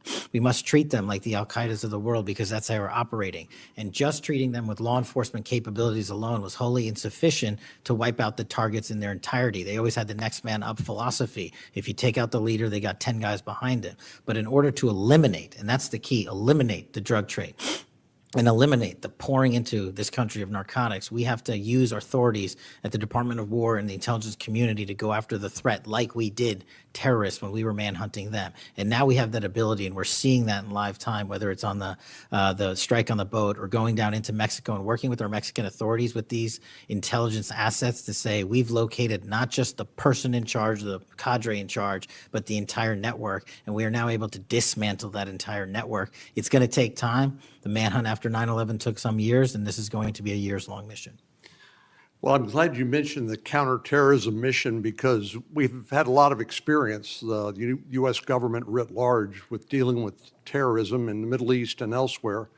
And obviously some of our friends and allies, like Mexico, for example, are very sensitive about sovereignty and being able to control what happens on their territory. But yet we're beginning to see more and more cooperation, as you point out, in that regard. And so in your opinion, has the counterterrorism model, have the lessons learned by the U.S. government writ large, are they being aggressively applied? Are there other things we need to do to make sure that those skills, those lessons learned are applied more broadly to the threat of narco-trafficking? I can only speak to the FBI. We are applying all of them to our the CT mission set to the CN mission set, and we're using the new authorities given to our intelligence community partners in the Department of War to combine these collective efforts and in a new way, meeting together and creating an interagency process that gets after the threat dynamic. And whether that's in a kill operation, a capture operation, a surrender operation, or a host nation takedown, like we did with the counterterrorism mission sets in Afghanistan, in Iraq, in Pakistan, and elsewhere, we are applying that to the drug traffickers in Mexico and Venezuela and Colombia. Thank you very much. Thank you, Mr. Chair. We have seen too much political violence in this country. We all know that.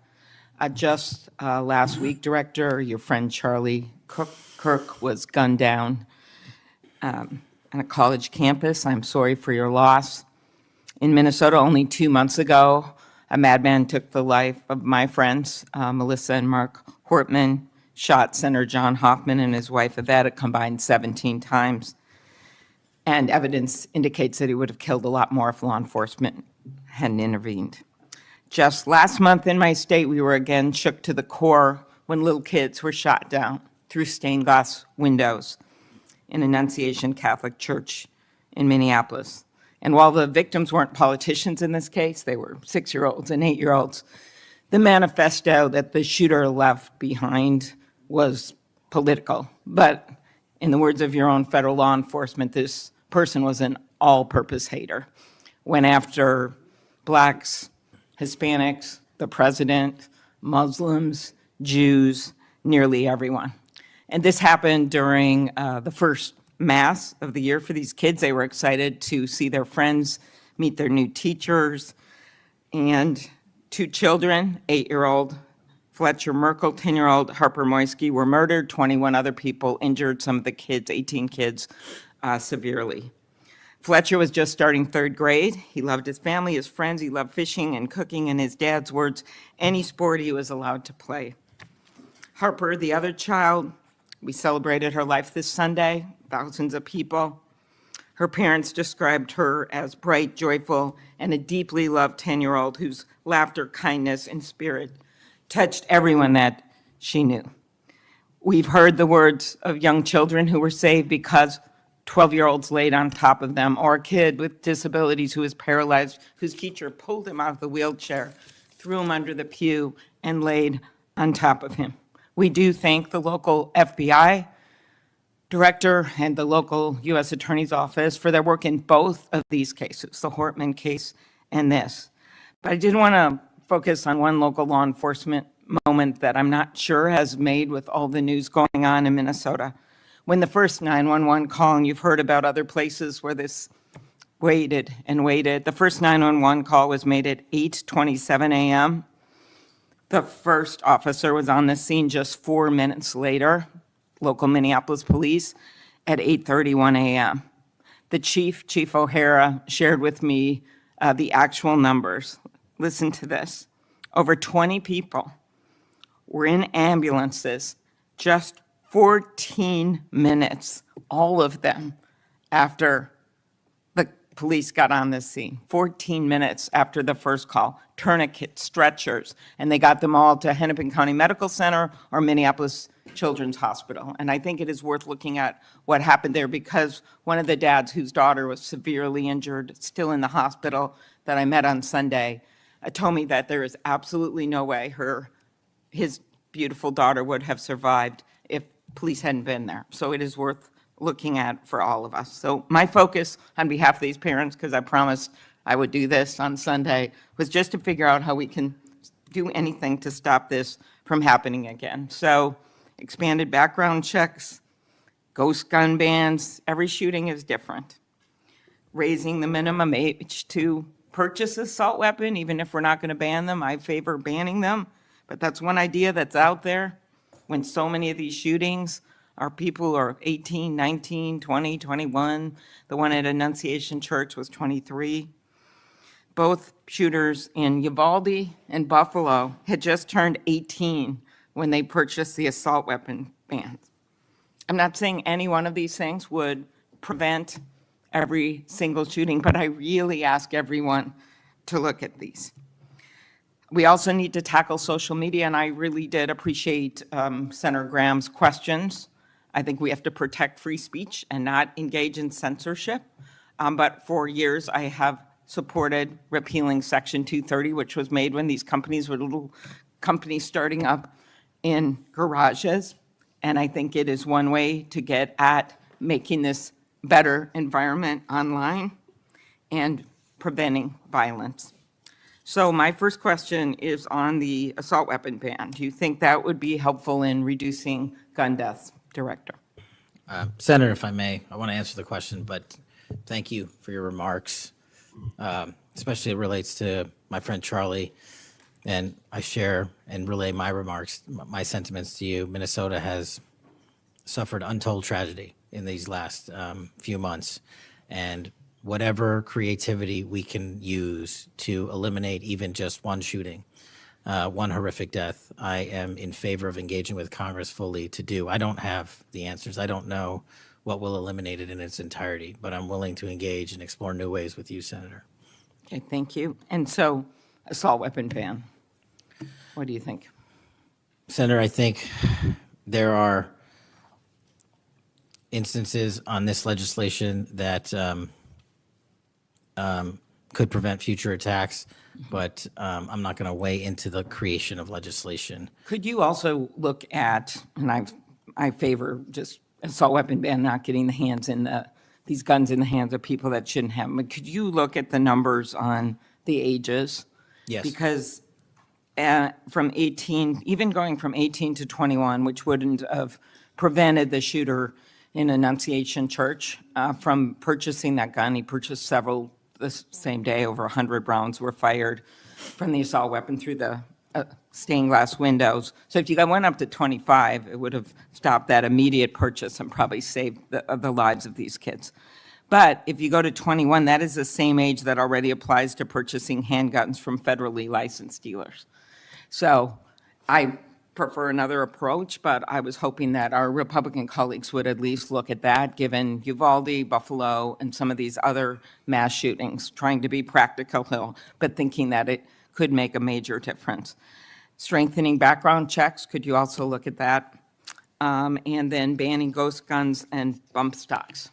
What do you think of that? So, Senator, you're talking to my heart here on one of the core missions at the FBI, which is our CJIS facility in Winchester, Virginia, which is our hub for our NICS checks, our NCICs, our capabilities on when we have, I think it's 19,000 state and local community law enforcement come to us for these background checks. We're trying to make that processing as fast as we can so we can get them real-time information.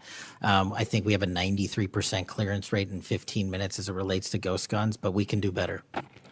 All right, well, just if you could get back to me on all those and talk to the White House.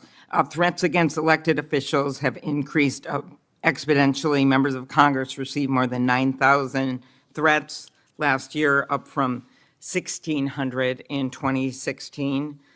There's been a lot of talk about the rhetoric and the like.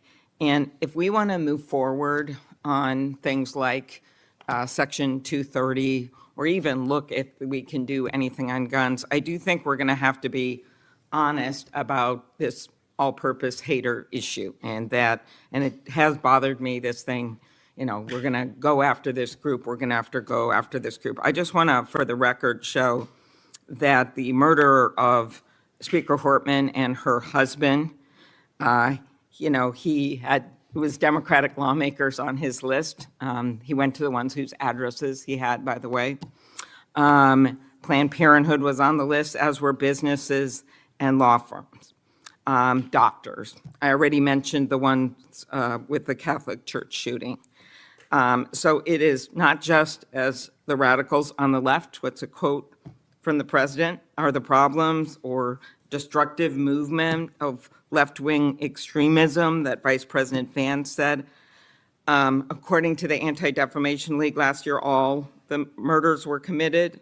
And I'm not actually going to say this because I don't even want to go left-right with this, but you can imagine it wasn't from the left.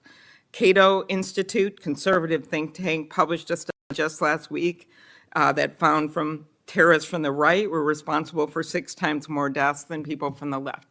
I actually don't want to go tit for tat on this, but what I am asking for is that this rhetoric of blaming one side or the other stop, if you could convey that to the president, and that we actually work on things that are solutions. So could you commit to me, Mr. Patel, Director Patel, that you will do that? Absolutely, Senator. Okay, thank you. Last, you were asked about social media, and I will put some more questions on the record about that. I think we could make major movement on that. The local FBI helped when the city of St. Paul was a victim of a cyber attack, and I'm concerned about some of the cyber attack cuts. I'll ask you that on the record. AI, I'm glad you raised that. I think we have to do more, but also including election interference because they're using AI videos. I just had one happen in this very committee on me, and I just think they're going to start using it in democracy, election. They could be foreign. Do you think some of this is foreign entities, Mr. Patel? Generally speaking, we have traced a lot of this to loose groups overseas that don't have any sort of central cluster. There's going to be a lot on you then. And then last, I'll put on the record just my concern about protecting journalists. The new guidance that came out of the department. Have you deployed any FBI resources to investigate members of the media for activities related to news gathering, reporting, or reporting on government whistleblowers, something near and dear to the chairman's heart? The only time we would involve an investigation of a journalist if they've conducted or committed an allegation of separate criminal activity, most prominently leaks of classified information. Thank you. Senator Hawley. Thank you very much, Mr. Chairman. Director Patel, good to see you. Thank you for being here. You're leading the FBI at a very critical time for that agency and also a critical time for our country. And I want to start by talking to you about the tide of violence that we have seen, ideological violence against people of faith, particularly Christians. You just think here, take a rough catalog. Just in the last couple of years, we've seen shooting at the Covenant School, Christian school in Nashville. We've seen school shooting at the Annunciation School. We've seen church shootings multiply. We've seen acts of crime and violence, vandalism, arson against churches and parishes all across the country. And then, of course, last week, Charlie Kirk, who said, "I want to be remembered for my courage, for my faith," was shot on a college campus. Let me just start with the assassination of Charlie Kirk. Is the FBI, and I appreciate the tremendous work the FBI has done in this investigation, is the FBI investigating the Kirk assassination as part of this broader pattern of anti-religious, anti-Christian violence? We are investigating Charlie's assassination fully and completely and running out every lead related to any allegation of broader violence, and we're producing results on that we'll disclose when appropriate. Good. I'm glad to hear that. Let me just ask you a few questions about that, if I could. Sure. Reports have suggested that the FBI is investigating a broader network of groups that may have had some knowledge of the shooter's plans.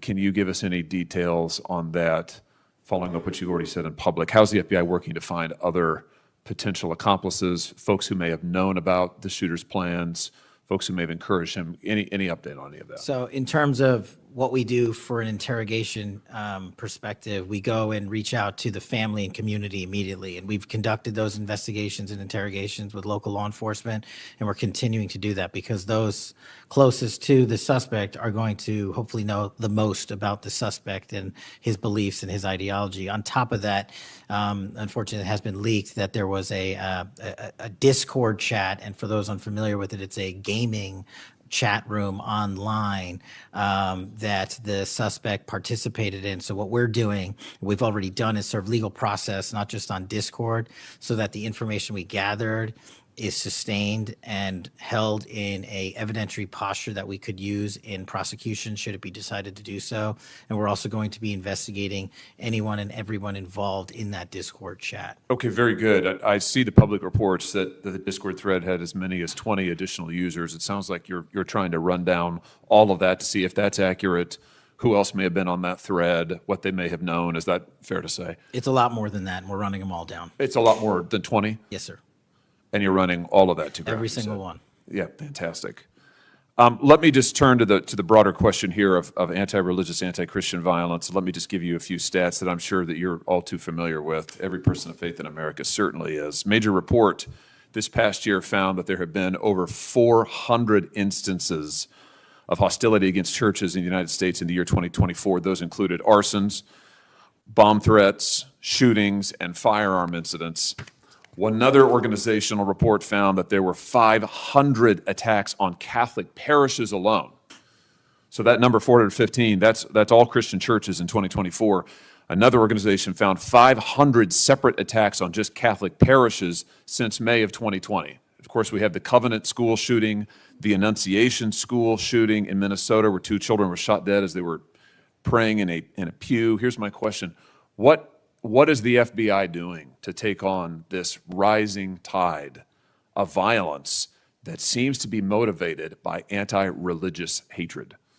Specifically, sir, we have 60 anti-Catholic hate crime incidences reported to us that are being investigated. Publicly, I can tell you we have 5 hate crime investigations with anti-Catholic bias ongoing currently in the states, in the cities of Kansas City, Louisville, Houston, Nashville, and Richmond. That's what I can say publicly, but any ideologically based attack against any faith, as a man of faith myself, will not be tolerated, and the full resources of the FBI are committed to all of it. Are you investigating any domestic cells that instigate or encourage or fund or in any way support attacks on churches or other houses of worship? Senator, you raised an incredibly important point that most people don't look at. I've always said we follow the money, and whether it's terrorism or attacks based on ideology or attacks on institutions of faith or people of faith, someone's paying for it, and we are reverse tracing those steps. We are not stopping at the perpetrator themselves. We are reverse engineering to hold those accountable in our investigations to who funded them and knowingly funded them, and we will bring the appropriate steps against them with our partners at DOJ. Good. I'm glad to hear that. We look forward to hearing reports on that progress. Yeah. Sorry about that. Let me just ask you this in the same vein, Director. Since the Dobbs decision, the FBI has advertised $25,000 rewards for information on attacks on abortion clinics. Will the FBI similarly offer rewards for information on attacks of houses of worship? Yes, when it is appropriate, the rewards are any reward, whether it's an attack on a house of faith or on a homicide or whatever, is determined by a group within the FBI, but we will work with them to make sure that rewards of monetary value are put out for all ideologically based attacks. Good. You just rattled off some statistics, which I was glad to hear, about the number of investigations you have open, the incidents you're tracking against Christians, against houses of worship. Let me just ask you if you consider designating a senior official as a liaison to houses of worship, to Christian other religious organizations, to publish metrics on investigations and arrests related to church attacks, church threats, vandalism, arson, et cetera. Will you set up a system for liaising and then reporting so that everybody can see, this committee and the public can see just how many attacks we're talking about, just what the level of threat and violence is and what the FBI is doing to combat it? Senator, you're speaking my language. The private-public sector partnership on this specific issue, just like the other ones we've talked about, is equally transformative to finding those involved in these criminal activities. And with your assistance, and I would ask you if you're able to identify someone who's an expert in that area, we will work with them. We will take their information because as great as the FBI is, we're only as good as the information we can get, and we don't have the reach that the private sector does in some of these areas. Very good. Happy to help on that. Let me ask you about something specific to the FBI, because sadly, as you know, the FBI, when it comes to anti-religious animus, has been part of the problem before you got to this agency. And I know that you remember the infamous memo generated by the FBI that attempted to recruit informants in houses of worship, in particular in Catholic parishes. Your predecessor testified when this information, I just want to reiterate, this memo became public because of a whistleblower. It was not turned over to this committee. It was not disclosed to this committee. In fact, we were told it didn't exist, and then a whistleblower published it, showing that indeed the FBI had recruited informants, attempted to, into Catholic parishes. Your predecessor then testified, sitting right where you are today, he testified that this, I'm going to quote, was a single product by a single field office, end quote. That was a lie. Because we then had additional whistleblowers come forward and say, no, actually, multiple field offices contributed to the drafting of the report. And indeed, there was a second anti-Catholic memo that the FBI generated. And indeed, those memos were distributed to over 1,000 FBI agents across the country. You know all of this. You and I talked about it when you were here for your confirmation hearing back in January. I just want to follow up and see, have you been able to determine how this memo got written and distributed? How is it that the Federal Bureau of Investigation came to be recruiting informants in Christian churches in this country? Senator, we did dig in, and we are doing our investigation simultaneously with Congress. And just to put it in perspective, we've provided 700 documents on the Richmond Catholic memo specifically to this committee, whereas my predecessor provided 19 pages. And not only that, but we looked into how the source recruitment structure at the FBI was conducted during this time. And we made adjustments and permanent fixes to ensure that sources are not put into houses of worship unless there is an actual ongoing criminal or international terrorism threat. We will not use sources at this FBI to investigate and cull information just for the sake of culling information in houses of worship. Has anybody been fired for this? There have been terminations related to this and resignations. Good. There need to be, because if this is going to be standard at the FBI, nobody can trust the FBI. You want to talk about violating the First Amendment? This has got First Amendment violation written all over it. It's one of the most revolting chapters in the FBI's history.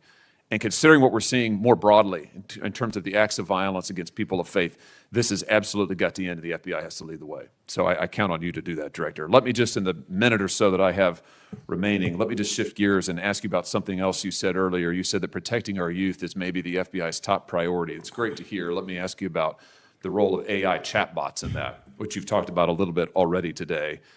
Are you investigating any cases of AI-generated child sex abuse material? You issued a PSA earlier this year warning that synthetic child sex abuse material, that's where the AI generates it using maybe a real kid's image, but then generates sex material, sex abuse material. You warned that that was illegal under federal law. Is the FBI investigating any instances of this synthetic CSAM material generated by AI that you could speak to? We are investigating dozens of those matters because, let me just say this, as far as the FBI is concerned, generative AI that produces CSAM, child sexual abuse material, under our investigative authorities is treated as equally as if it were actual child sexual abuse material. There's no difference for me in the FBI on this. Let me just ask you one other thing in this vein. I'm sure you've seen the reporting that Meta's AI rules, their own internal guidelines, allowed their chatbots to have sensual, that's their word, sensual conversations with children. We've had instances, multiple instances of children, minors, taking their own lives at the behest of chatbots that instructed them with specificity on how to do it. What's the FBI's role here in investigating what is going on with these chatbots, with these AI companies encouraging? I mean, listen, if an actual person did that, we would say that's grooming. We would say that's child abuse. These companies are doing it. Their own guidelines allow it. What can we do about that? You're referring to NVE, nihilistic violent extremism, and the 764. It has been made a priority of the FBI because they are targeting children, and these chatbots and these generative AI are getting coupled with actual humans who are using them and releasing them because they can do the work faster and quicker than humans can and get into spaces like social media where humans have a difficulty in engaging. And what we're doing is treating any extension of generative AI as the criminal themselves. And we have, I think, I've got to get the number back to you, but over 1,000 investigations related to NVE. We've had numerous takedowns and arrests of 764 individuals. And we are educating, this may be the most important part. I'm directly engaging with the social media and media companies, the internet service providers, to find a way to shut down. There's nothing I can do at the FBI to force them to shut it down, but work with you in Congress to find a way to work with our partners to get that shut down permanently. Senator Coons. Thank you, Chairman Grassley. Thank you, Chairman, for calling this hearing. I'm grateful we're continuing this committee's long tradition of oversight, and in particularly today, oversight of the FBI. Director Patel, thank you for being here. There's a number of issues I hope that we can speak to. I want to start by reading something you said to me during your confirmation hearing under oath. I have no interest, no desire, and will not, if confirmed, go backwards. There will be no politicization at the FBI. Then you looked me in the eyes and said there will be no retribution actions taken by the FBI should I be confirmed as director. I told you that in your office. I tell you that again today. I'm concerned that that's not what's happened, that since you took over as director, you've forced out senior leaders across the Bureau, in particular targeting those that worked on investigations of President Trump. The former acting director has just sued you for firing him for political reasons. So did a leader in the D.C. field office. And the well-respected leader of the Salt Lake City office was pushed out last month, leaving that office shorthanded at a particularly difficult time. I'm worried that these actions compromise the Bureau's ability to keep Americans safe. Hundreds of agents have resigned. You are lowering application standards to fill vacancies. You've reassigned large numbers of agents to work on immigration and street crime, issues other law enforcement agencies can handle, perhaps more effectively with the FBI. But I'm concerned that this compromises the Bureau's ability to address national security risks, uniquely its capability. In fact, you've shut down the Office of Integrity and Compliance, which makes sure that agents act in a lawful and ethical way, and reassign staff away from domestic terrorism investigations exactly at a moment I think we are all concerned about it. I also have to ask, you came before the Appropriations Committee in May and told us you wanted a $500 million budget cut for the FBI, literally an effort to defund the police. I am grateful for the work of the men and women of the FBI. They've done great work this year in Delaware, partnering with the Dover Police Department to support human trafficking victims, partnering with the Middletown Police Department on armed robbery and carjacking. And it's urgent, I think, that we fix the direction and the prioritization within the FBI. And I wish we could focus on those efforts today. But I'm seeing an FBI leadership more focused on social media clout and on political revenge than on fighting crime. Director, have you ever ordered that an FBI employee be terminated because he or she worked on an investigation into President Trump? Senator, thank you. One quick correction for the record. There's 280 NV investigations. I gave the incorrect number to Senator Hawley. Thank you. Understood. As far as a lot of your statement, I disagree with it, and I'm happy to address it. But the only way, generally speaking, an individual is terminated at the FBI is if they have violated their oath of office, violated the law, or failed to uphold the standards that we need them to have at the FBI. So those who say that they've been fired because of working on investigations into President Trump are lying or misrepresenting? Well, those matters are alleged in litigation, which is ongoing, so I can't comment on those specifically. Could you comment on why you fired former acting FBI Director Driscoll? I can't because it's ongoing litigation. Could you say now definitively under oath that the rank and file agents who were assigned to work January 6 cases will not be terminated because that's what they were assigned to do? I've said it before and I've said it again. Your case assignment, as I was given case assignments when I was a young prosecutor, does not dictate your career or your termination. Thank you. Then let me go to the appropriations question. In May, you testified before the subcommittee on which I serve, defending the president's request that we slash the FBI's budget by about $500 million. The day before, you testified the opposite in front of the House. Where are we in terms of the budget request? Senator Graham earlier said if you're requesting more funding for more agents, let us know. We're nearing the end of the fiscal year. In front of the committee on which I serve here in the Senate, your request was for a reduction of hundreds of millions of dollars. Where are we? Where we are in the budget cycle is we at the FBI are in support of the president's budget, and we are in support of eliminating waste, fraud, and abuse. We've already identified tens of millions of dollars of duplicative contracts that the FBI was spending on software and private sector engagements.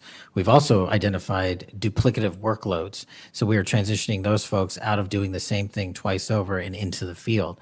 And that's my focus right now. And the move of the FBI headquarters is also going to save the FBI $3.5 billion in the American taxpayers. So we're focused on eliminating waste, fraud, and abuse. And as I told Senator Graham, if I'll go back and talk to my team, and if we need more, we'll let you know. Are you planning any additional reductions in force, Director? No. How many vacancies are you currently trying to fill within the agency?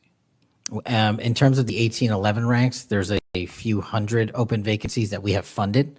And so we're filling all of those with our hybrid 1811 program and our new recruitment program, and I think a lesser amount of IAs and SOS. So if hundreds of agents have retired or taken the fork in the road offer, and you have vacancies, but you're requesting $500 million less, how does having fewer FBI agents help you tackle violent crime and address our national security issues? Just to put it in perspective, cybersecurity Senator, issues? sorry, I didn't mean to cut you off. If we had this $500 million, we've done the math. It would take us 14 years to onboard every vacancy that's on the books currently at the FBI because we can't hire these folks and train them overnight. It's a years-long process. So we are currently focused on recruiting the best and filling the positions to the best of our needs. And we, even if we had this extra money, wouldn't be able to hire them overnight. We're looking for where the need is greatest, where in the country we need to send them, and how we can change the training requirements, which is why I'm thrilled to have police officers. They might not have a college degree, but they got the street smarts and the cop smarts to become FBI agents, and that's what we want. Let me turn to Section 702. Yes, When you testified in front of the CJS subcommittee, we talked about this issue. You told me you were in favor of reauthorizing FISA Section 702 when it expires next year, so long as the reforms implemented last year, reforms like better training for agents and real consequences for inappropriate searches of Americans' communications, were maintained. You also said that you had some ideas about how to make Section 702 better going forward. Can you give me an update on the FBI's implementation of these reforms and the direction you think it should go? Absolutely. I think you're referring to the query process, and if you're not, let me know. But any instance of abuse or mistakes that were made in the query process have now been changed. It used to be you can make multiple mistakes and continue to access the query database system. I've changed that. If you make a mistake, you're immediately sidelined, a review is conducted, and if it was an actual mistake, i.e., there should have been S on the end of that name and there wasn't, then we put you back in. But we have to review those matters. So that's happening. And if there was an intentional mistake, you have no more access to the 702 query system and its database. So we've also done an audit of the entire 702 system and the query databases. And now we are nearly 100% of the audit. And I think we found one or two, I'll have to get back to you, quote unquote mistakes within that system, which are currently being reviewed. Thank you. You had told me in May that you'd send me updated statistics about the Section 702 searches of Americans' data. I haven't received it. When will I get that? I'll work with my team to get that to you, Senator. And frankly, in May, when you were testifying that you were implementing these reforms, you were also closing down the Office of Internal Auditing at the FBI. Now, that was the office created in the first Trump administration to improve the Bureau's compliance with Section 702. How is that working out? How can you continue to advocate for robust civil liberty protections, but shut down the office that was created to enforce those safeguards? Help me understand this. Absolutely, Senator. This is a great example of sort of duplicative work. Both, there was 2 divisions in the FBI working on this, and all we did was the inspection division, which is the leader in this query system and this audit system, has now been given the single source mandate to conduct these. So the OIA, its elimination is just taking folks who were working there and were experts in it and folded in under the inspection division, and then taking other folks that we didn't need because we had enough manpower and pushing them elsewhere in the FBI.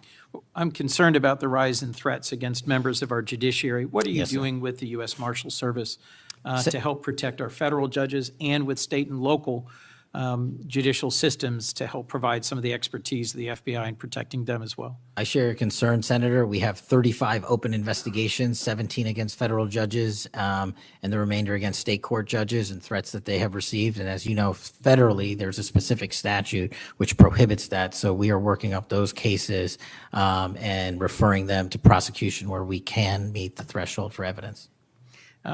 In your written testimony, you referenced how counter-UAS legislation expires and we need to resolve the conflict in jurisdiction and authority. I agree, this is an urgent concern. I've heard from state and local law enforcement about it, from the folks responsible for major events, whether it's sports or concerts or public events. Given the tragic increase in political violence, I'm very concerned about the misuse of drones and the potential of there being a catastrophic event.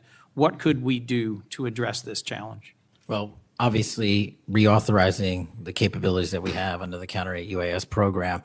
But just to highlight what the FBI is specifically doing, we've been given the mandate to work with DHS to secure not just the Club World Cup that we had, by the way, which occurred in 32 matches across the country without any significant incident, which we're proud of, and we're taking that model for the next World Cup and also the Olympics. But the reason I bring that up is because we pushed out our counter-UAS programs to address the security needs, and that's where our focus is on events like that. Mr. Director, thank you for your testimony. I look forward to working on actually solving criminal problems and reducing the extent to which what we're going back and forth about is more political and partisan point scoring and more actually solving crimes for the American people. Yes, sir. Senator Kennedy. Mr. Director, you and the FBI working with state and local law enforcement officials in Utah have caught the assassin of Mr. Charlie Kirk. Is that right? We have a suspect, yes, sir. And you did that within 48 hours, did you not? 33 hours. 33 hours. Congratulations. We've had other political assassinations. Back in June, an assassinated Representative Melissa Hoffman, Mr. Hoffman, Senator John Hoffman, and Mrs. Hoffman in Minnesota. You and the FBI and Minnesota state and local law enforcement officials caught the assassin within 48 hours, did you not? I believe that timeline's correct, Senator. Congratulations. Sometimes we miss the forest for the trees. Good work.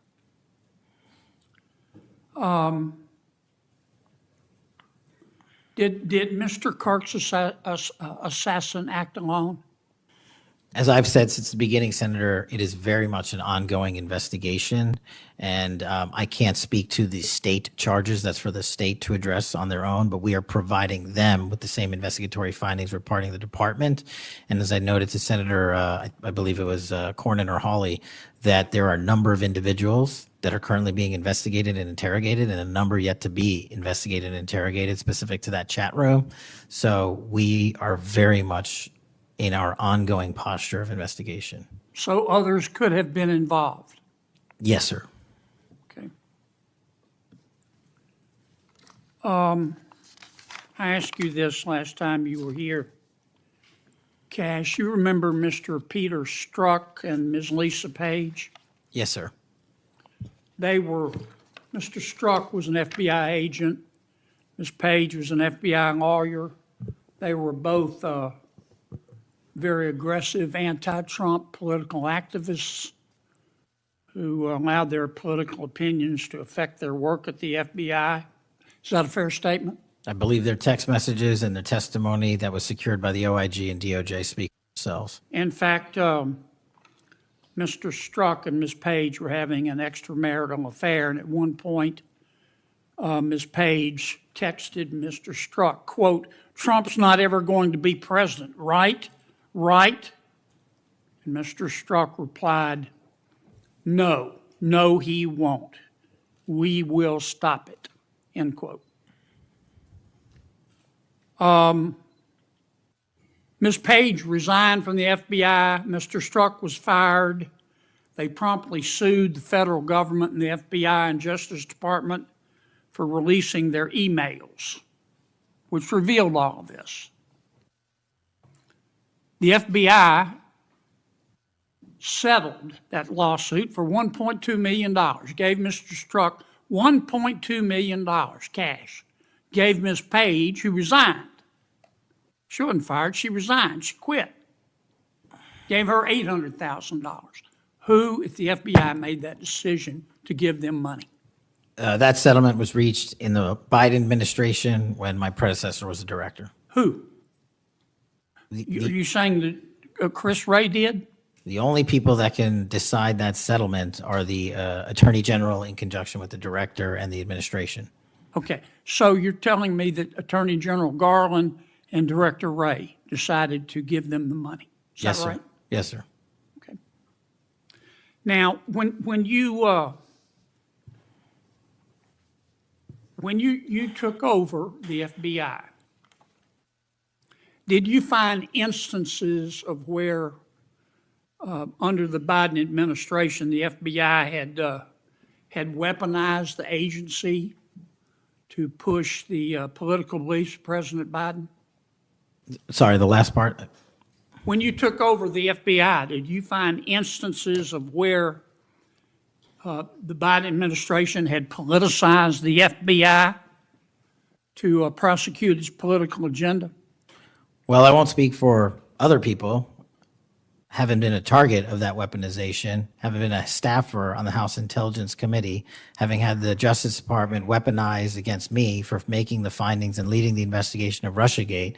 I know what that feels like, and that's why as the FBI director, I'm committing to not ever have that ever happen again, but I'm also committed to fully investigating what was done, and that matter is still ongoing. So I assume, I take it your answer is yes. Yes, sir. And you're firing those people, is that right? Anyone that politicizes their job at the FBI will not work at the FBI. Okay. You've heard some of my colleagues either implicitly or otherwise suggest that you have politicized the FBI to prosecute the political beliefs of President Trump. Is that true? I don't know how that can be true when the stats that I cited, to include the 23,000 arrests, 6,000 weapons seized, 1,600 gang and criminal enterprise organizations, 4,700 children found and rescued, more enough fentanyl seized to kill a third of America. The men and women of the FBI are now on an apolitical mission, and this is why the numbers are historic. Have you fired people because they voted for Vice President Harris? I don't ask people who they vote for, and neither does the FBI. Okay. But you've given people polygraphs, have you not? Many people in the FBI take polys. The FBI does that all the time. Yes, sir. Does it not? Yes, for sir. a long time, is that correct? Decades. All right. I want to ask you about the Epstein files. Have you seen the Epstein files? I have not reviewed the entirety of it myself, but a good amount. Would it be fair to say that Mr. Epstein trafficked young women, including, in some instances, minors, for sex to himself? That was specifically the allegations in the 2018 indictment in the Southern District of New York. Okay. Who else did he traffic these young women to? In terms of what the investigation, again, going back to 2008, Mr. Acosta, who limited the investigation and limited the search warrants and limited the parameters of the investigation, the only thing we are able to speak to publicly, because he was given a non-prosecution agreement by Mr. Acosta, is that first time period from, I believe, don't quote me on this, 97 to 2001-ish. And then when the Trump administration courageously reopened it. Excuse me for interrupting, but I'm going to run out of time. You've seen most of the files. Who, if anyone, did Epstein traffic these young women to besides himself? Himself. There is no credible information. None. If there were,